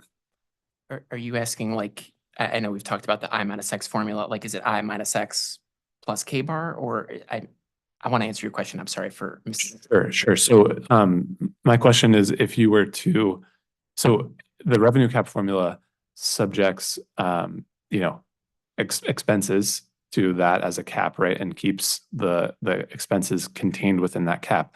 And my question is, what would it look like for capital to similarly be subject to that cap, right? If you used a going in rate, a test year approach with capital in the same fashion as you do with expenses or O&M, and it was all subject to that same sort of construct of a revenue cap formula, what would that look like? And would that allow for some of the kind of capital investment that we're hearing, is from the EDCs is lacking or is needed in a PBR framework? I think that helped me better understand, and I'll start and then see if others have things to add. I have concerns with a hard and fast cap for many of the reasons that Consumer Counsel Coleman mentioned, that, there could be things in the future that cause our capital costs to increase at a rate faster than you contemplate in a rate case. Maybe EVs are adopted much more quickly than anybody anticipated. Maybe we receive 60,000 pole attachment applications instead of 10,000 or 30,000, and those create the necessity for us to invest capital in our system in a way that is outside of our control. There are certain obligations imposed upon us about how quickly we have to process pole attachment applications. So I think, we operate efficiently to the absolute best of our ability in everything that we do, but I don't know that you can use efficiency as just this, guiding principle to always make rates be lower. Sometimes things happen outside of the utility's control that we are required to react to.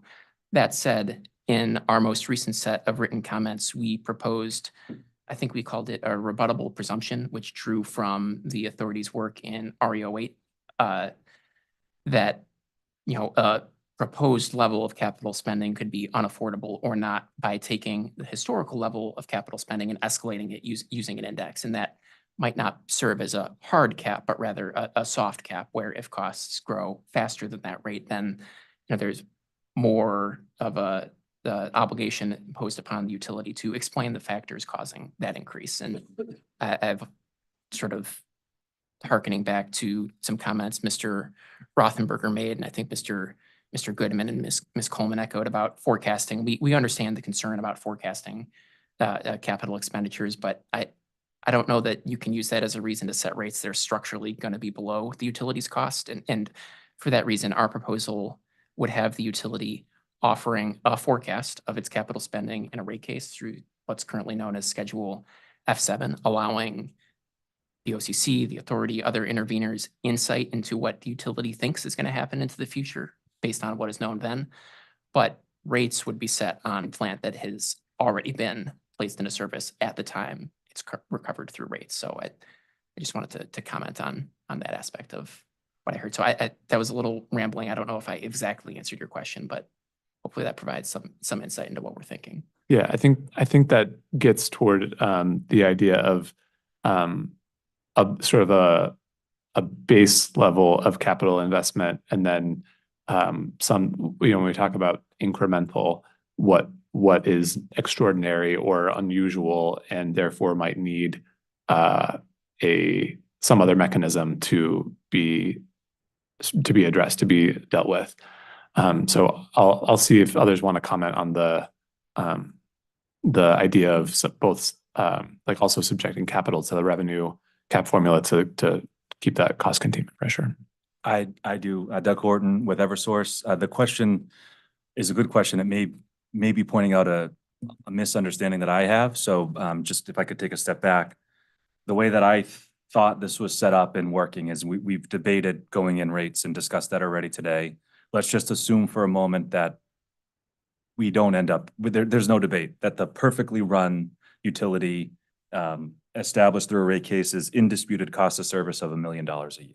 And this is the perfectly run utility who is operating at max efficiency that, it's the Claire Coleman LLC utility. Max efficiency, there's wild dragons flying around that buy all the, so it's perfectly run. There are no savings. That perfectly run utility in a world where there's full revenue decoupling like what we have in Connecticut will have its revenue stream fixed at $1 million a year. That perfectly run utility in the first year of the rate year will not earn or have an opportunity to earn its authorized ROE in the first year of the rate year. If it is spending more than capital and depreciation, and it has any increases in operations expenses that cannot be efficiencyed out.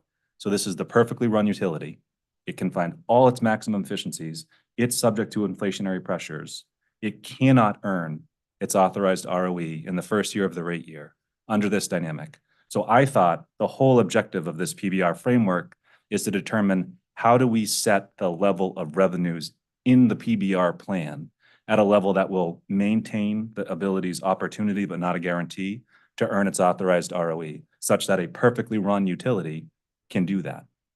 And I say that to say the question of, well, should in revenue cap apply to capital or not? I think it has to, because the same pressures apply to utility for operating expenses as they do for capital.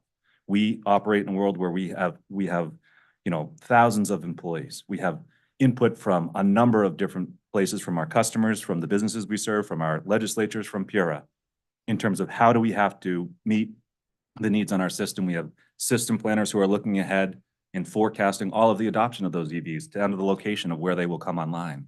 And so we're trying to incorporate all that into our planning processes. Some of these, a lot of these are multi-year planning processes. If we have to add a new substation, we're talking a decade. So we're trying to think all into the future, and we have all of these pressures on us. And if we're just fixing the top line of our income statement, again, the math is simple. The only opportunity for the perfectly run utility to ever earn its authorized ROE, if its top line of the income statement is fixed, which PURA controls, is to cut its expenses so that its net income could be at that level, or to not spend any additional capital because the denominator would grow as you're spending capital. That's the reality of the simple math. So I thought what we're trying to do is come up with a framework that has the utilities revenue stream change over time, but at a way that reflects its expected costs over time, because that is the fundamental and inherent benefit of PBR, that we will be incentivized to make all those decisions that we have to on a daily basis about our staffing levels, about priorities of their work, about how we're going to plan for our projects. We're going to do all of that, but we're going to do it in the most efficient way possible. So that gets to, I think, it's the same principle. The way that the revenue stream needs to be set, we may debate at the level, but I'm hearing a lot of consensus from every party on this side of the table that fundamental principle should continue to hold, that the revenues need to reflect the utilities costs. And so for capital, getting back there, I think it comes down to what is the right approach? Is a capital tracker the right approach? Is a targeted capital tracker the right approach? Or is the K-bar the right approach? We support the K-bar because the way that works is it allows for an increment of. And Mr. Horton, I'm sorry, can I interject for a moment before we get to K-bar? Absolutely. Your perfectly run utility example, the $1 million, I'll use the word budget, includes both O&M expenses and capital. And the return on that capital. And the return on that. So all three components are comprised in that $1 million in your example. Taxes and all of our costs of service, because at the end of the day, right, if our revenue is $1 million, whatever the assumption of the return that's embedded into that, it's simply revenues less expenses is your net income, which is what's the basis for the return that shareholders get for their providing us access to their capital. Thank you. The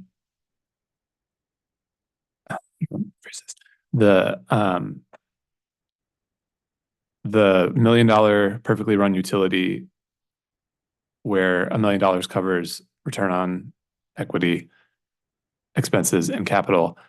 Let's say that $1 million is the revenue cap that's set. There's the revenue requirement that's set through the revenue cap formula.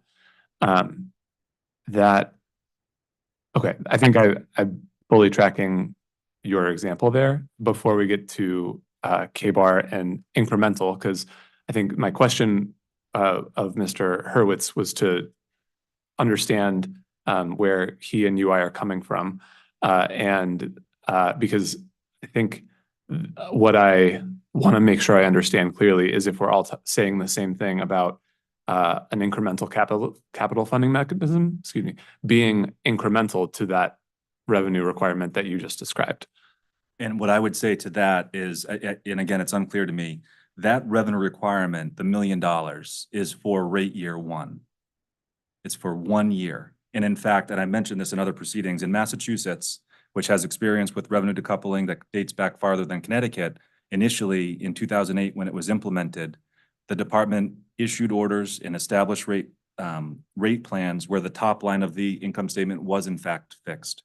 Revenue decoupling established a fixed revenue stream in multiple years. There was no accommodation through capital recovery mechanisms or PBR, despite, in fact, back in 2008, every company filed a rate case and filed for PBR. No one had it accepted. And so naturally, and not at all surprising to me, the utilities' returns declined, because again, their only recourse when their revenue stream is fixed in order to have their returns at the authorized level is to cut spending on employees and expenses and maintenance, or to stop investing in the system. And since we are not at a time in our lives where utilities can do that and still maintain the level of service that's adequate for our customers, returns dropped. Utilities ended up filing rate cases every 2 years and entered into this terrible pattern of having to file rate cases every 2 years that didn't work for everybody. Eventually, the department implemented capital cost recovery mechanisms that were designed to be insufficient. They were severely lagged and capped. And so it continued that utilities continued to have declining returns and filed rate cases every 2 years. And this is all easily researchable. So my point is that if you're setting the level of revenues at $1 million for rate year one, the only way that that will ever work to stay at that level of revenues and not have some incremental revenue stream to provide for inflation for expense and to provide revenue to support additional investment in the system for the capital investment that serves our customers, the only way for that to work is if the utilities are able to reduce their spending by cutting all the things I've said and not make investments in the system. So the goal needs to be to figure out a way, how can we find a way to have the revenue stream track with the costs of the utility, but maintain the incentives for the utility to operate efficiently so they don't get fat, dumb, and happy and file rate cases every 2 years or whatever it is that the alternative would be. We're trying to come up with a framework that the utilities are incentivized intensely to serve our customers well, not to be over-earning, not to be underspending, not to be over-investing. And if you don't have enough revenue support for capital or expense, there is no incentive. There is no ability to perform. All the utility can do is fail, get penalized, and file rate cases. That's why I thought the objective is to figure out, is the right approach to have capital cost recovery mechanisms? Is the right approach to have targeted investment mechanisms and have an X factor that depicts the trend, the cost trend of the utility? Or the K-bar is a way to have an incremental revenue support stream for the utility that isn't tied directly to a specific capital investment or to all capital investment.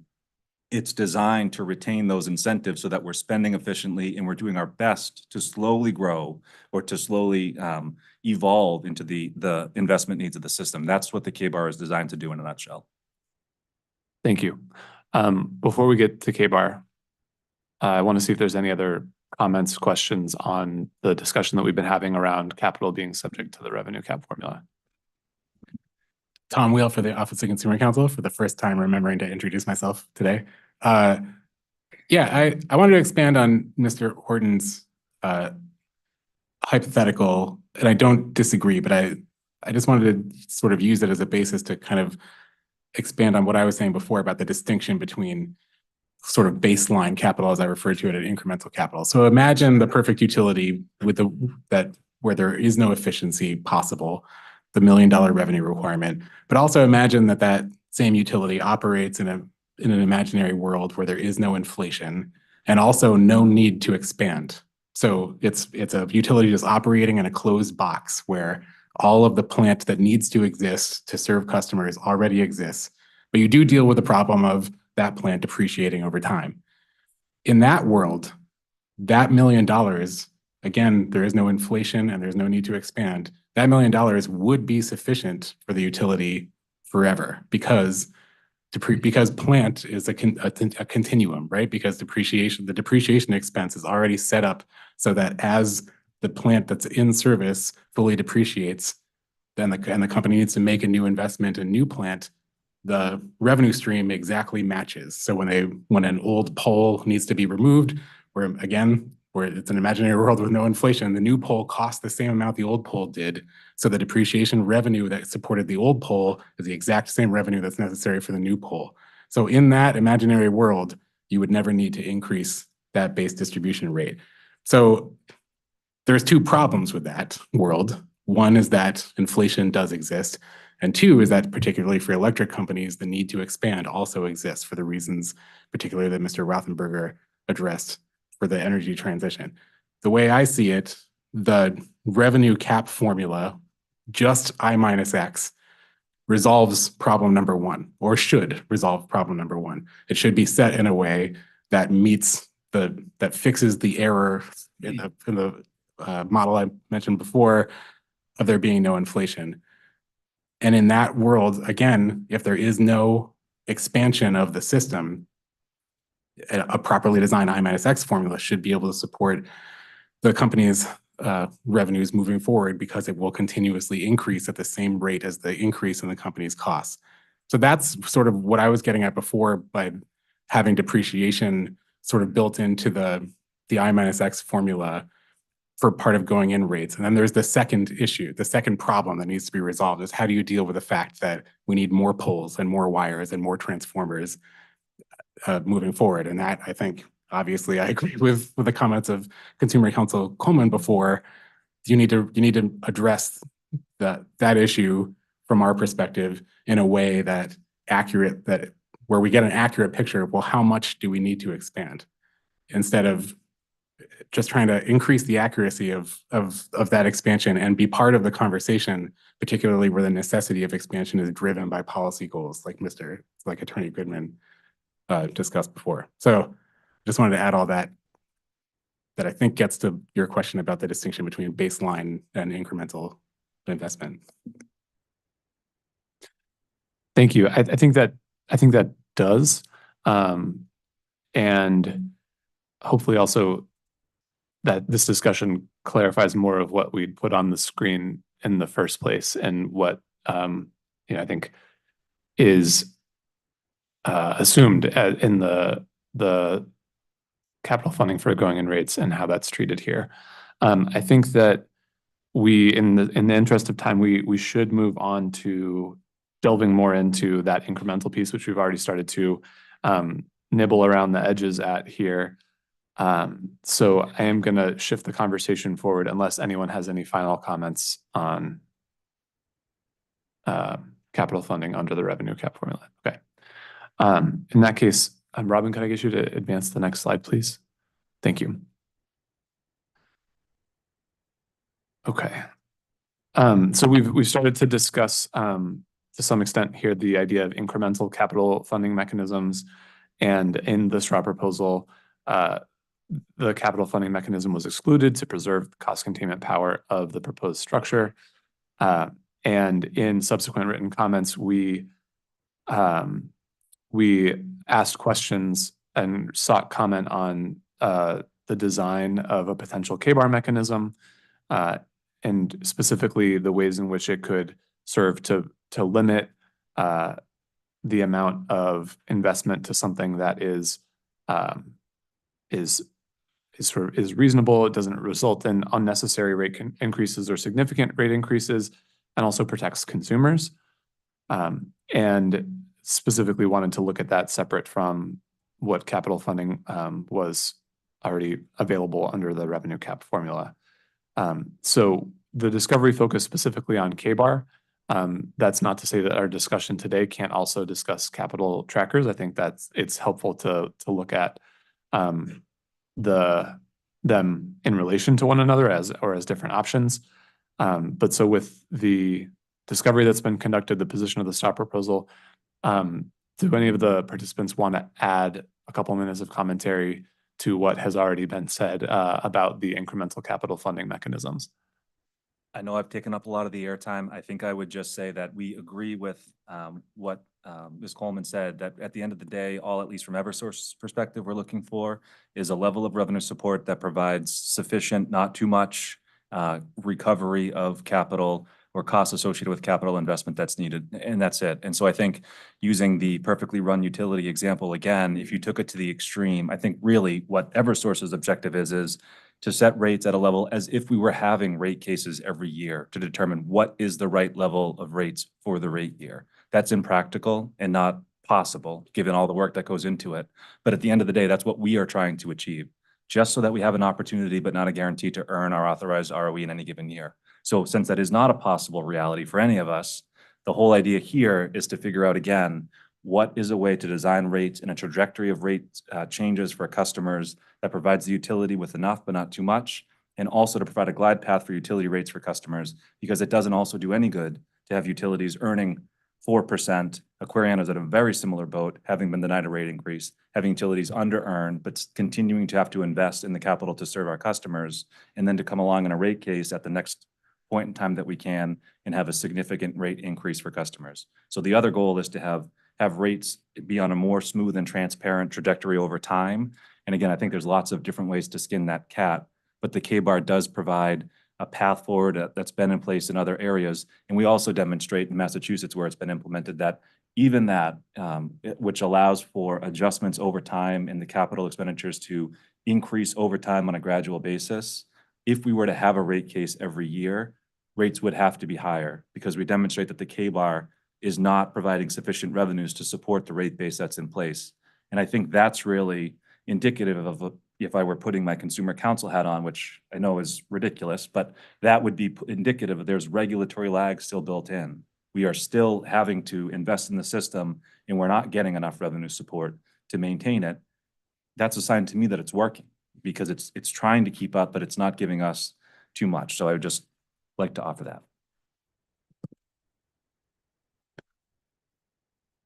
Mr. Hurwitz, please.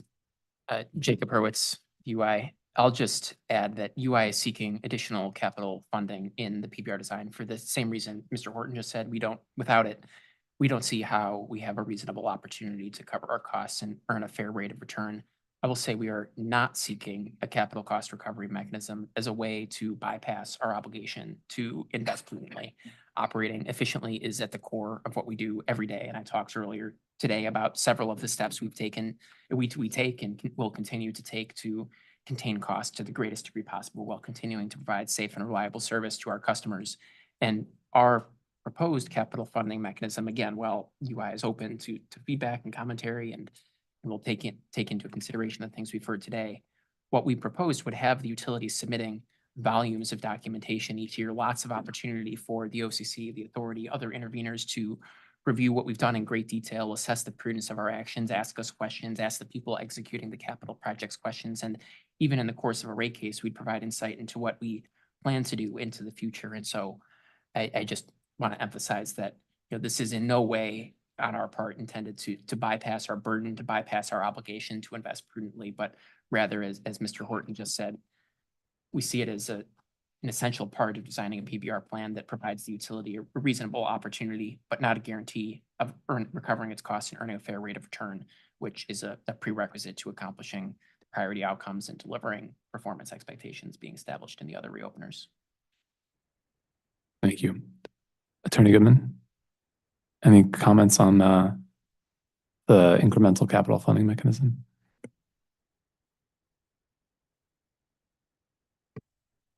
Thank you.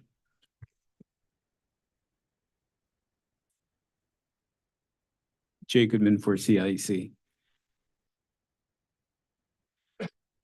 No, I have one comment just to make explicit, I think, something that has been said and that has been touched on. But part of the cost containment,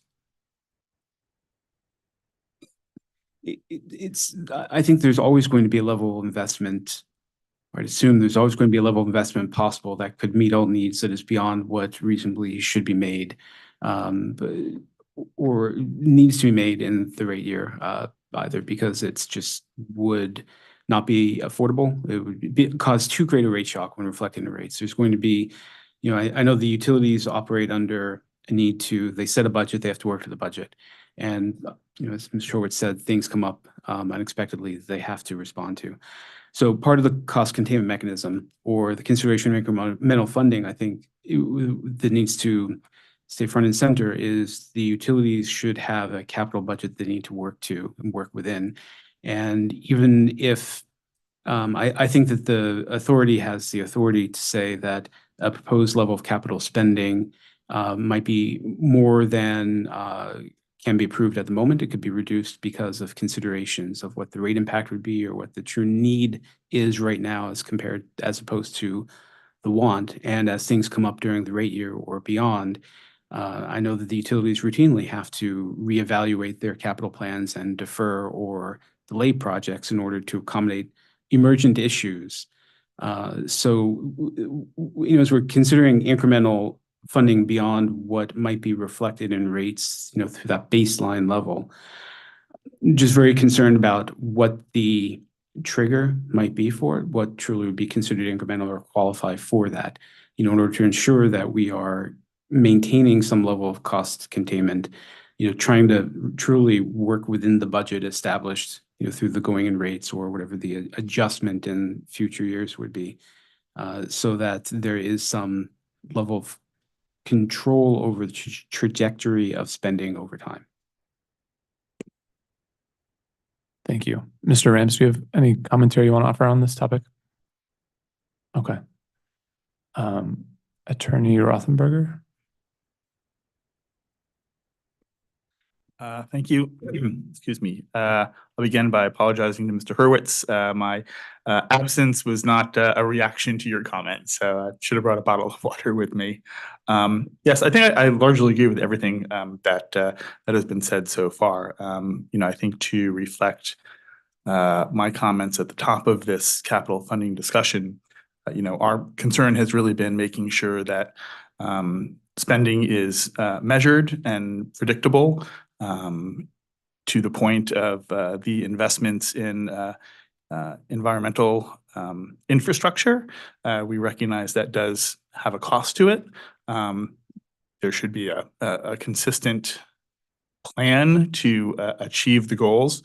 And not all of those goals necessarily come down to capital expenditures. So I think, again, a part of the PBR process is ensuring that utilities are looking at multiple opportunities to solve problems. Some of them will require capital expenditures. Some of them that may have in the past involved capital expenditures may be solved through operational measures. But yes, I think we all agree that we want to maintain a safe, reliable grid. We all want to work towards, I think I'm hearing, sort of the transition to the clean energy economy and to support that with the necessary prudent investments to achieve that. So, thank you. Attorney Wheel. Sure. Tom Wheel again for the Office of Consumer Counsel. I think I just want to add that I understand conceptually where the utilities are coming from with respect to their concerns about incremental capital expenses, the snapping the line, I think the term I heard. I understand it because it's the same concern we have, I think, conceptually, but from the other direction, because the concern that we have, as we've articulated before, backing up a little, generally, they're similar in that the concern is that there is going to be, if you don't get the revenue right on the front end, there's no way to get it back when you look backwards, essentially, right? And we have the same concern that if you don't get the revenue for forecasted plant correct on the front end, our only recourse on behalf of ratepayers is to come back in the next rate case and try to fix it. And that's possible, just like it's possible for the utilities to come back in the next rate case and increase the level of allowed capital that's in revenues. But I think we have similar problem where if from our perspective, the amount of revenue, if the forecasted plant doesn't turn out to be what was originally forecasted, whether because it's too low or because it's not prudent. Our only recourse is to say, okay, well, now we want to now rates should be lowered to reflect the correct amount of plant. But there is no, the amount of revenue the ratepayers contributed towards that, the overage is gone. That's going to be retroactive rate making to get it back. And I think conceptually, I recognize there are differences in the details, but conceptually, that's why I say I think I understand. But I think that's why I just echo Consumer Counsel Coleman's comments on why, with respect to property that doesn't yet exist or that hasn't yet entered service, there's too much uncertainty from our perspective to take the risk, because we understand the risk to ratepayers, and there needs to be a different way to go about it. So I think I just add that context to the comments Consumer Counsel Coleman already made. Thank you. I think one of the questions that I would have for participants is around finding the balance between protecting customers from costs. I mean, it's the tension that's inherent to this, is how do we find the right approach to protect customers from escalating costs that drive up rates, and also find the right way to provide that the necessary funding to advance, allow for all of the priority outcomes to be advanced. So I'm curious, I think we've heard a little commentary here and there about what I think Mr. Horton, you were alluding to the fact that a smooth path from a K-bar mechanism is a way that can protect customers. I think Council Coleman, you were suggesting that having costs that are more certain is a better protection for customers. So I'm wondering if you can comment on the necessary requirements, necessary guardrails, necessary whatever word you want to use, the necessary aspects or attributes for any sort of incremental capital funding in order to resolve that tension, I guess, is what I'm looking to hear more from participants on. And if you're ready to jump in, please, Council Coleman. Sure, I can start. Yeah, I mean, I think from what we've learned looking at other trackers, the more specific and targeted they are, the better assurances we can have that we're able to do an accurate prudency review. So I think that's an important factor. I think, limiting any, because of the recognition that there is cost containment dilution with any allowed expense above the revenue requirement, this should be an exception to the rule and should be based on, clearly demonstrated, exogenous factors that, things that the utilities can't control in response to specific needs, sort of isolated goals or priorities that have been identified, and which I think is the reason it's important to pair the appropriate scope of trackers with the work that we're doing in REO2 and align performance incentive mechanisms as well. It's sort of another layer to that. And then in addition, ensuring that the work we're doing in REO3 and in distribution system planning is also, integrated. I think, it's important for us, and these conversations are really helpful to dig into the weeds of each aspect of this plan. And I also think we're going to have to look at it holistically once we have all these pieces to say, how they should work together. Those are just off the top of my head. I think there are a couple other specific recommendations around targeted incremental capital funding mechanisms in addition to, trackers. And then, I think it would benefit us all to dig in more to the examples. You know, we have Massachusetts and Alberta for the K-bar examples. But it definitely feels new to us, and kind of a, in order to, comparing capital cost trackers versus the K-bar, there's definitely pros and cons to both. So I appreciate your effort to kind of flesh out those differences. Thank you. And I would just offer from Eversource's perspective, Doug Horton with Eversource, I think that we're trying to get to the same end, as you just said. We're not trying to get rates that are any higher than our revenue requirement. At the end of the day, that's all we're trying to achieve. And I can certainly appreciate that these are complicated matters, but at the end of the day, that is simply all we're trying to get to. And when we look at this, whether it's in the straw proposal or as adjusted by the tweaks in the discovery, it's not attempting to get to a point where it says, what is that revenue requirement going to be, not only in the first year of the PBR plan, but in each year thereafter. So yes, it's complicated. I would say it's going to take some trust that currently isn't here, that we need to be able to realize that we have to, if we're going to make innovation in rate design and establish a one-of-its-kind PBR framework, that's all well and good. But I think it has to be grounded in some principles that we can all understand and have full, eyes wide open on what it is it trying to achieve. And that's where I get back to however you skin the cat, there has to be an opportunity, but not a guarantee to earn a return. I completely agree, Tom, on, the concern that you mentioned around having rates be set too high based on a forecast could result in a scenario where we don't spend to that forecast. There is no forecast here.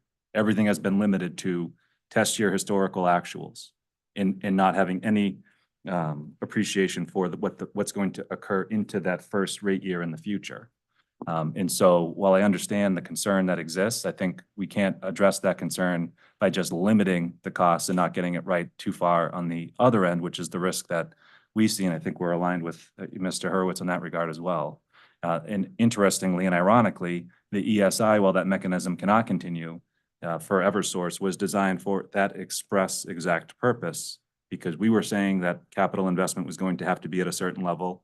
The parties felt like was too high and didn't want to put customers at risk of not being able to claw it back. So we all agreed to have a lower amount set into base rates and then have the ESI operate for amounts above it while still being subject to full prudency review. If we're going to go to PBR, we have to have some trust that whatever that revenue support is going to be between rate cases is going to give us enough, but not too much. And there has to be trust, and it has to be based on a sound methodological basis so that we can actually have an ability to perform as requested and desired under PBR.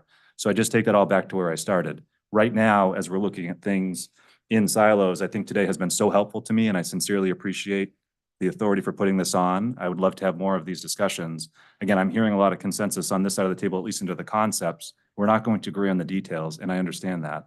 But the concepts that are in the straw proposal don't reflect the concepts that I think we're discussing here. I think we're going to get to like an open discussion or other topics, but that's one question that I have that's weighing me down and keeping me up at night, because I don't see how this, well, we have broad consensus, at least in the theories and the concepts of the folks that are sitting around the table here. Again, it's not reflected in pure straw proposals, and I don't know how or to what extent we're landing, or if there are different principles that Pure is pursuing.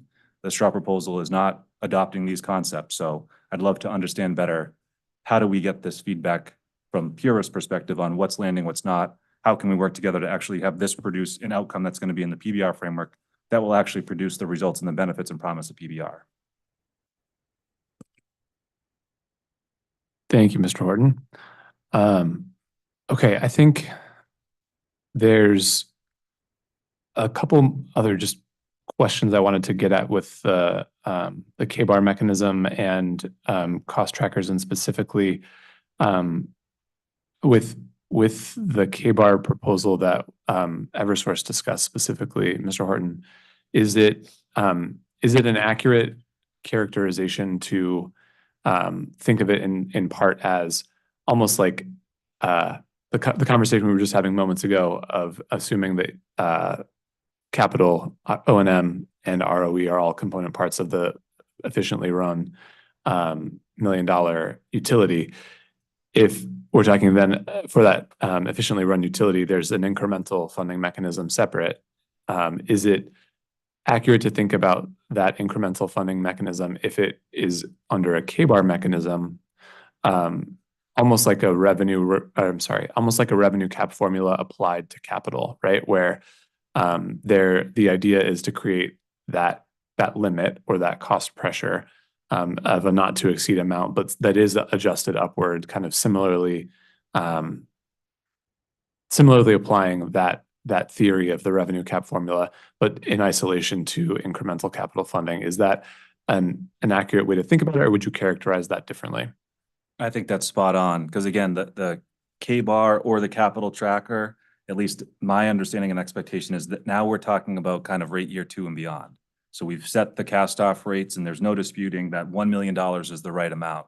How do we ensure that the utility in year 2, in year 3, and year 4 has enough but not too much? And the K-bar is a way to do that. And again, there are lots of others, but exactly to your point, what happens then is in Massachusetts, where we have PBR and we have K-bar, we take that total cost of service, the $1 million, and we adjust it by the PBR formula.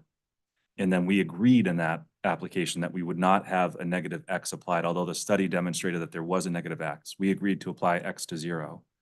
And effectively what happens is you change the $1 million each year by the PBR formula, so inflation, plus this K-bar calculation, which says, okay, you've changed $1 million, the total, which includes your expense, your operating expenses, and your capital cost recovery, depreciation, return, that inclusive of everything. You change it by inflation, then you calculate K-bar to say how much additional revenue support is needed for capital, not based on actual plant additions, not based on actual targeted projects, which some would argue doesn't retain the incentives of PBR, because the incentive of PBR, some would argue there is you're incentivized as a utility to just spend on that targeted capital in order to get more revenues. So the K-bar doesn't do that. The K-bar says, based on a formulaic approach, how much revenue does the utility need in the year to support capital? How much revenue is provided by operation of just the I factor in the I minus X formula, and it gives an increment of revenue in addition to that. But it retains the incentive inherent in PBR because it is not dollar for dollar recovery. It is still retaining regulatory lag, but it's giving incremental revenue supporting that utilities are having to invest significantly more. And I mean, the numbers are very large and growing. There's a lot of pressures on utility system to maintain the level of service that our customers require. The K-bar is a way to do that, again, while retaining those incentives that are promised by PBR.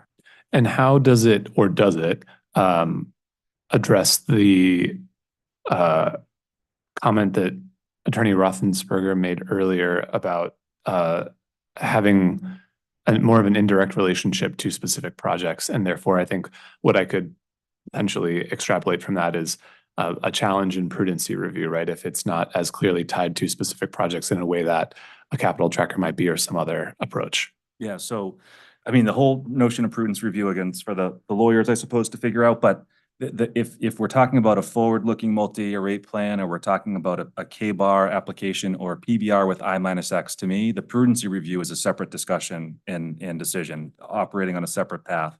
The goal of all of those mechanisms I just rattled off are to provide a level of revenues in a given year that the utility would operate under.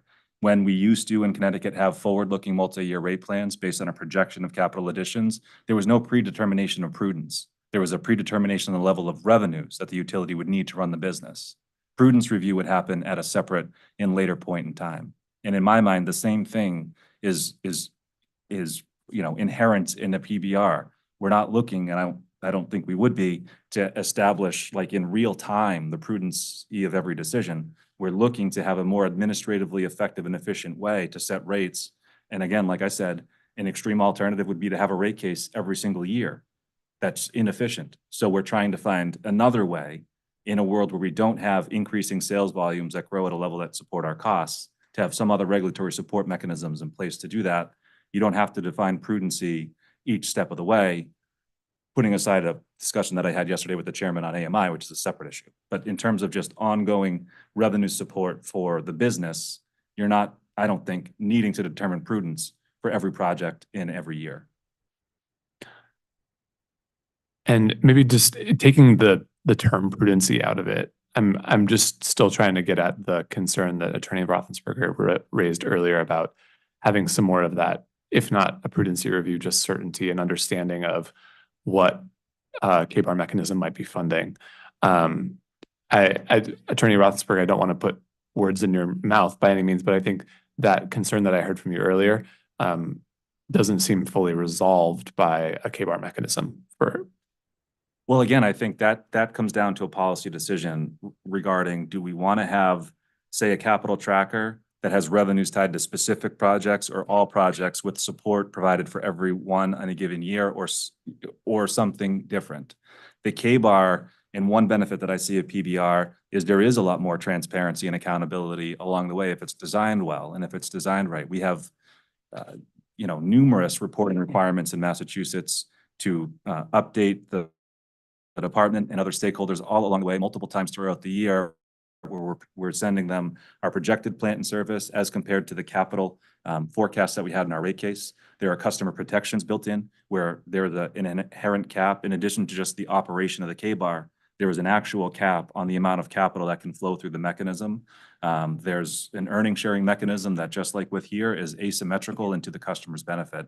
So I think it really comes down to balancing. Are we trying to end up, again, on the one hand, administrative process where you could have rate cases every year or every 2 years, or on the other hand, something that's more administratively efficient, but requires there to be trust with appropriate safeguards built in to protect customers from overpaying for services that they're getting. And I think that's, again, a piece we're looking to have part of this is we need to start with what is the service that we're providing to customers and what does that service cost? And then are we trying to enhance service and it's going to cost more money? Well, we need to have the revenues to support it, because no utility, we can't just wave a wand and create efficiencies. There's no $20 million reduction in the case of UI that's going to produce efficiencies. It doesn't exist. So it has to be grounded in some way. And we absolutely should have customer protections built in so it's not giving us too much. We're not opposed to that, but they need to be balanced. There needs to be a balancing of these factors for both sides of the equation, not overcorrecting too far one way, because again, it just won't work. Thank you. We're getting nearer to the end of our time, not necessarily our agenda, but I'm wondering if anyone wants to provide any further comments on incremental capital funding mechanisms before we move on from here. Okay, Mr. Hurwitz, please. Yeah, just briefly, I'll echo what Mr. Horton said about this being kind of a policy decision. If the decision is that we want to develop a capital funding mechanism that provides the utility with some level of money each year, but is not necessarily tied to the particular projects, then we leave it to the utilities to figure out how to execute with that level of funding. I think UI is open to talking about how that formula would work and what sets everyone up for success. And conversely, if we're interested in more, not necessarily real time, but more regular, we proposed annual reviews on a sort of project by project basis of here's what we did, here's what we spent, and here's your opportunity to review more regularly. I think we're open to talking about how that could be designed too. But to bring it back to Mr. Horton's restaurant metaphor from a long time ago, we can talk about whether you go to the restaurant and you order surf and turf or you order a salad, but you have to pay the bill. And we need a reasonable opportunity to recover our costs and earn a fair rate of return. We don't need a guarantee, but not having capital funding, which is in effect, what we see as the outcome of the straw proposal, I don't know that that's going to work. All right, thank you. The fourth topic that we had on the agenda was other topics. And earlier in the meeting, Mr. Horton, you raised a couple of topics that I said we could table until that point. We're short on time in that regard, but I'm wondering I think what would be helpful before we get to our closing and next steps here is just to open for participants the opportunity to raise potential topics that you think have not been sufficiently addressed or need additional discovery and attention in the record. And we can get that sort of list on the record here today, and then determine what our next steps for those topics may be. I'll just rattle them quickly to reiterate again. To me, it's understanding with better clarity how do all these separate work streams fit together. How is the ROE going to be set, which I believe would be part of this work stream, which to this point, I think the conversation is centered around consistent with traditional practices. but that hasn't been discussed in the walls of this building or in the proceeding itself. So I'm very curious what that will be brought in. And I'm also very curious, just like I said a minute ago, in terms of the process. And I don't know if you can answer that, but I am blind to how any of this discussion gets into Pura's next straw proposal or whatever. I don't know. Again, I feel there's been a lot of consensus, a lot of common ground, and I'd love to see that reflected in something. And I just am very curious on if you can react to that. Other topics? Thoughts that I have right now, because we're wrapping up. I do agree with what I just heard. I have a sense that there's a spirit of collaboration today, much more so than I expected coming here. So I'm actually pleased to hear that we have a lot more in common than we have differences. We discussed a lot about the financial elements of our business. My perspective is a very simple one. Apologize. Our company needs the revenues to Mr. Rams, I think you turned it off. Yeah, there you go. Is that better? I apologize for that. My perspective is a simple one. Our company needs the revenues to maintain our workforce numbers and skills. I think that's paramount in how we go forward. We need the revenue to maintain our infrastructure, as I mentioned earlier. For some in the room, these topics may be academic or abstract, but for me and the people that I represent, these issues are deadly serious to us, and they have consequences that impact our service to our customers and the safety of employees and the public. I am confident that this authority has the courage to make the right decision. The types of tough decisions that our municipal colleagues that shared with us this afternoon, alluded to in their towns. To ensure that our investment in our system that has made it one of the best in the country continues, and the confidence our employees have in operating that system. I'm very proud to say that I am a part of keeping the lights on, and this is what our main mission is to accomplish.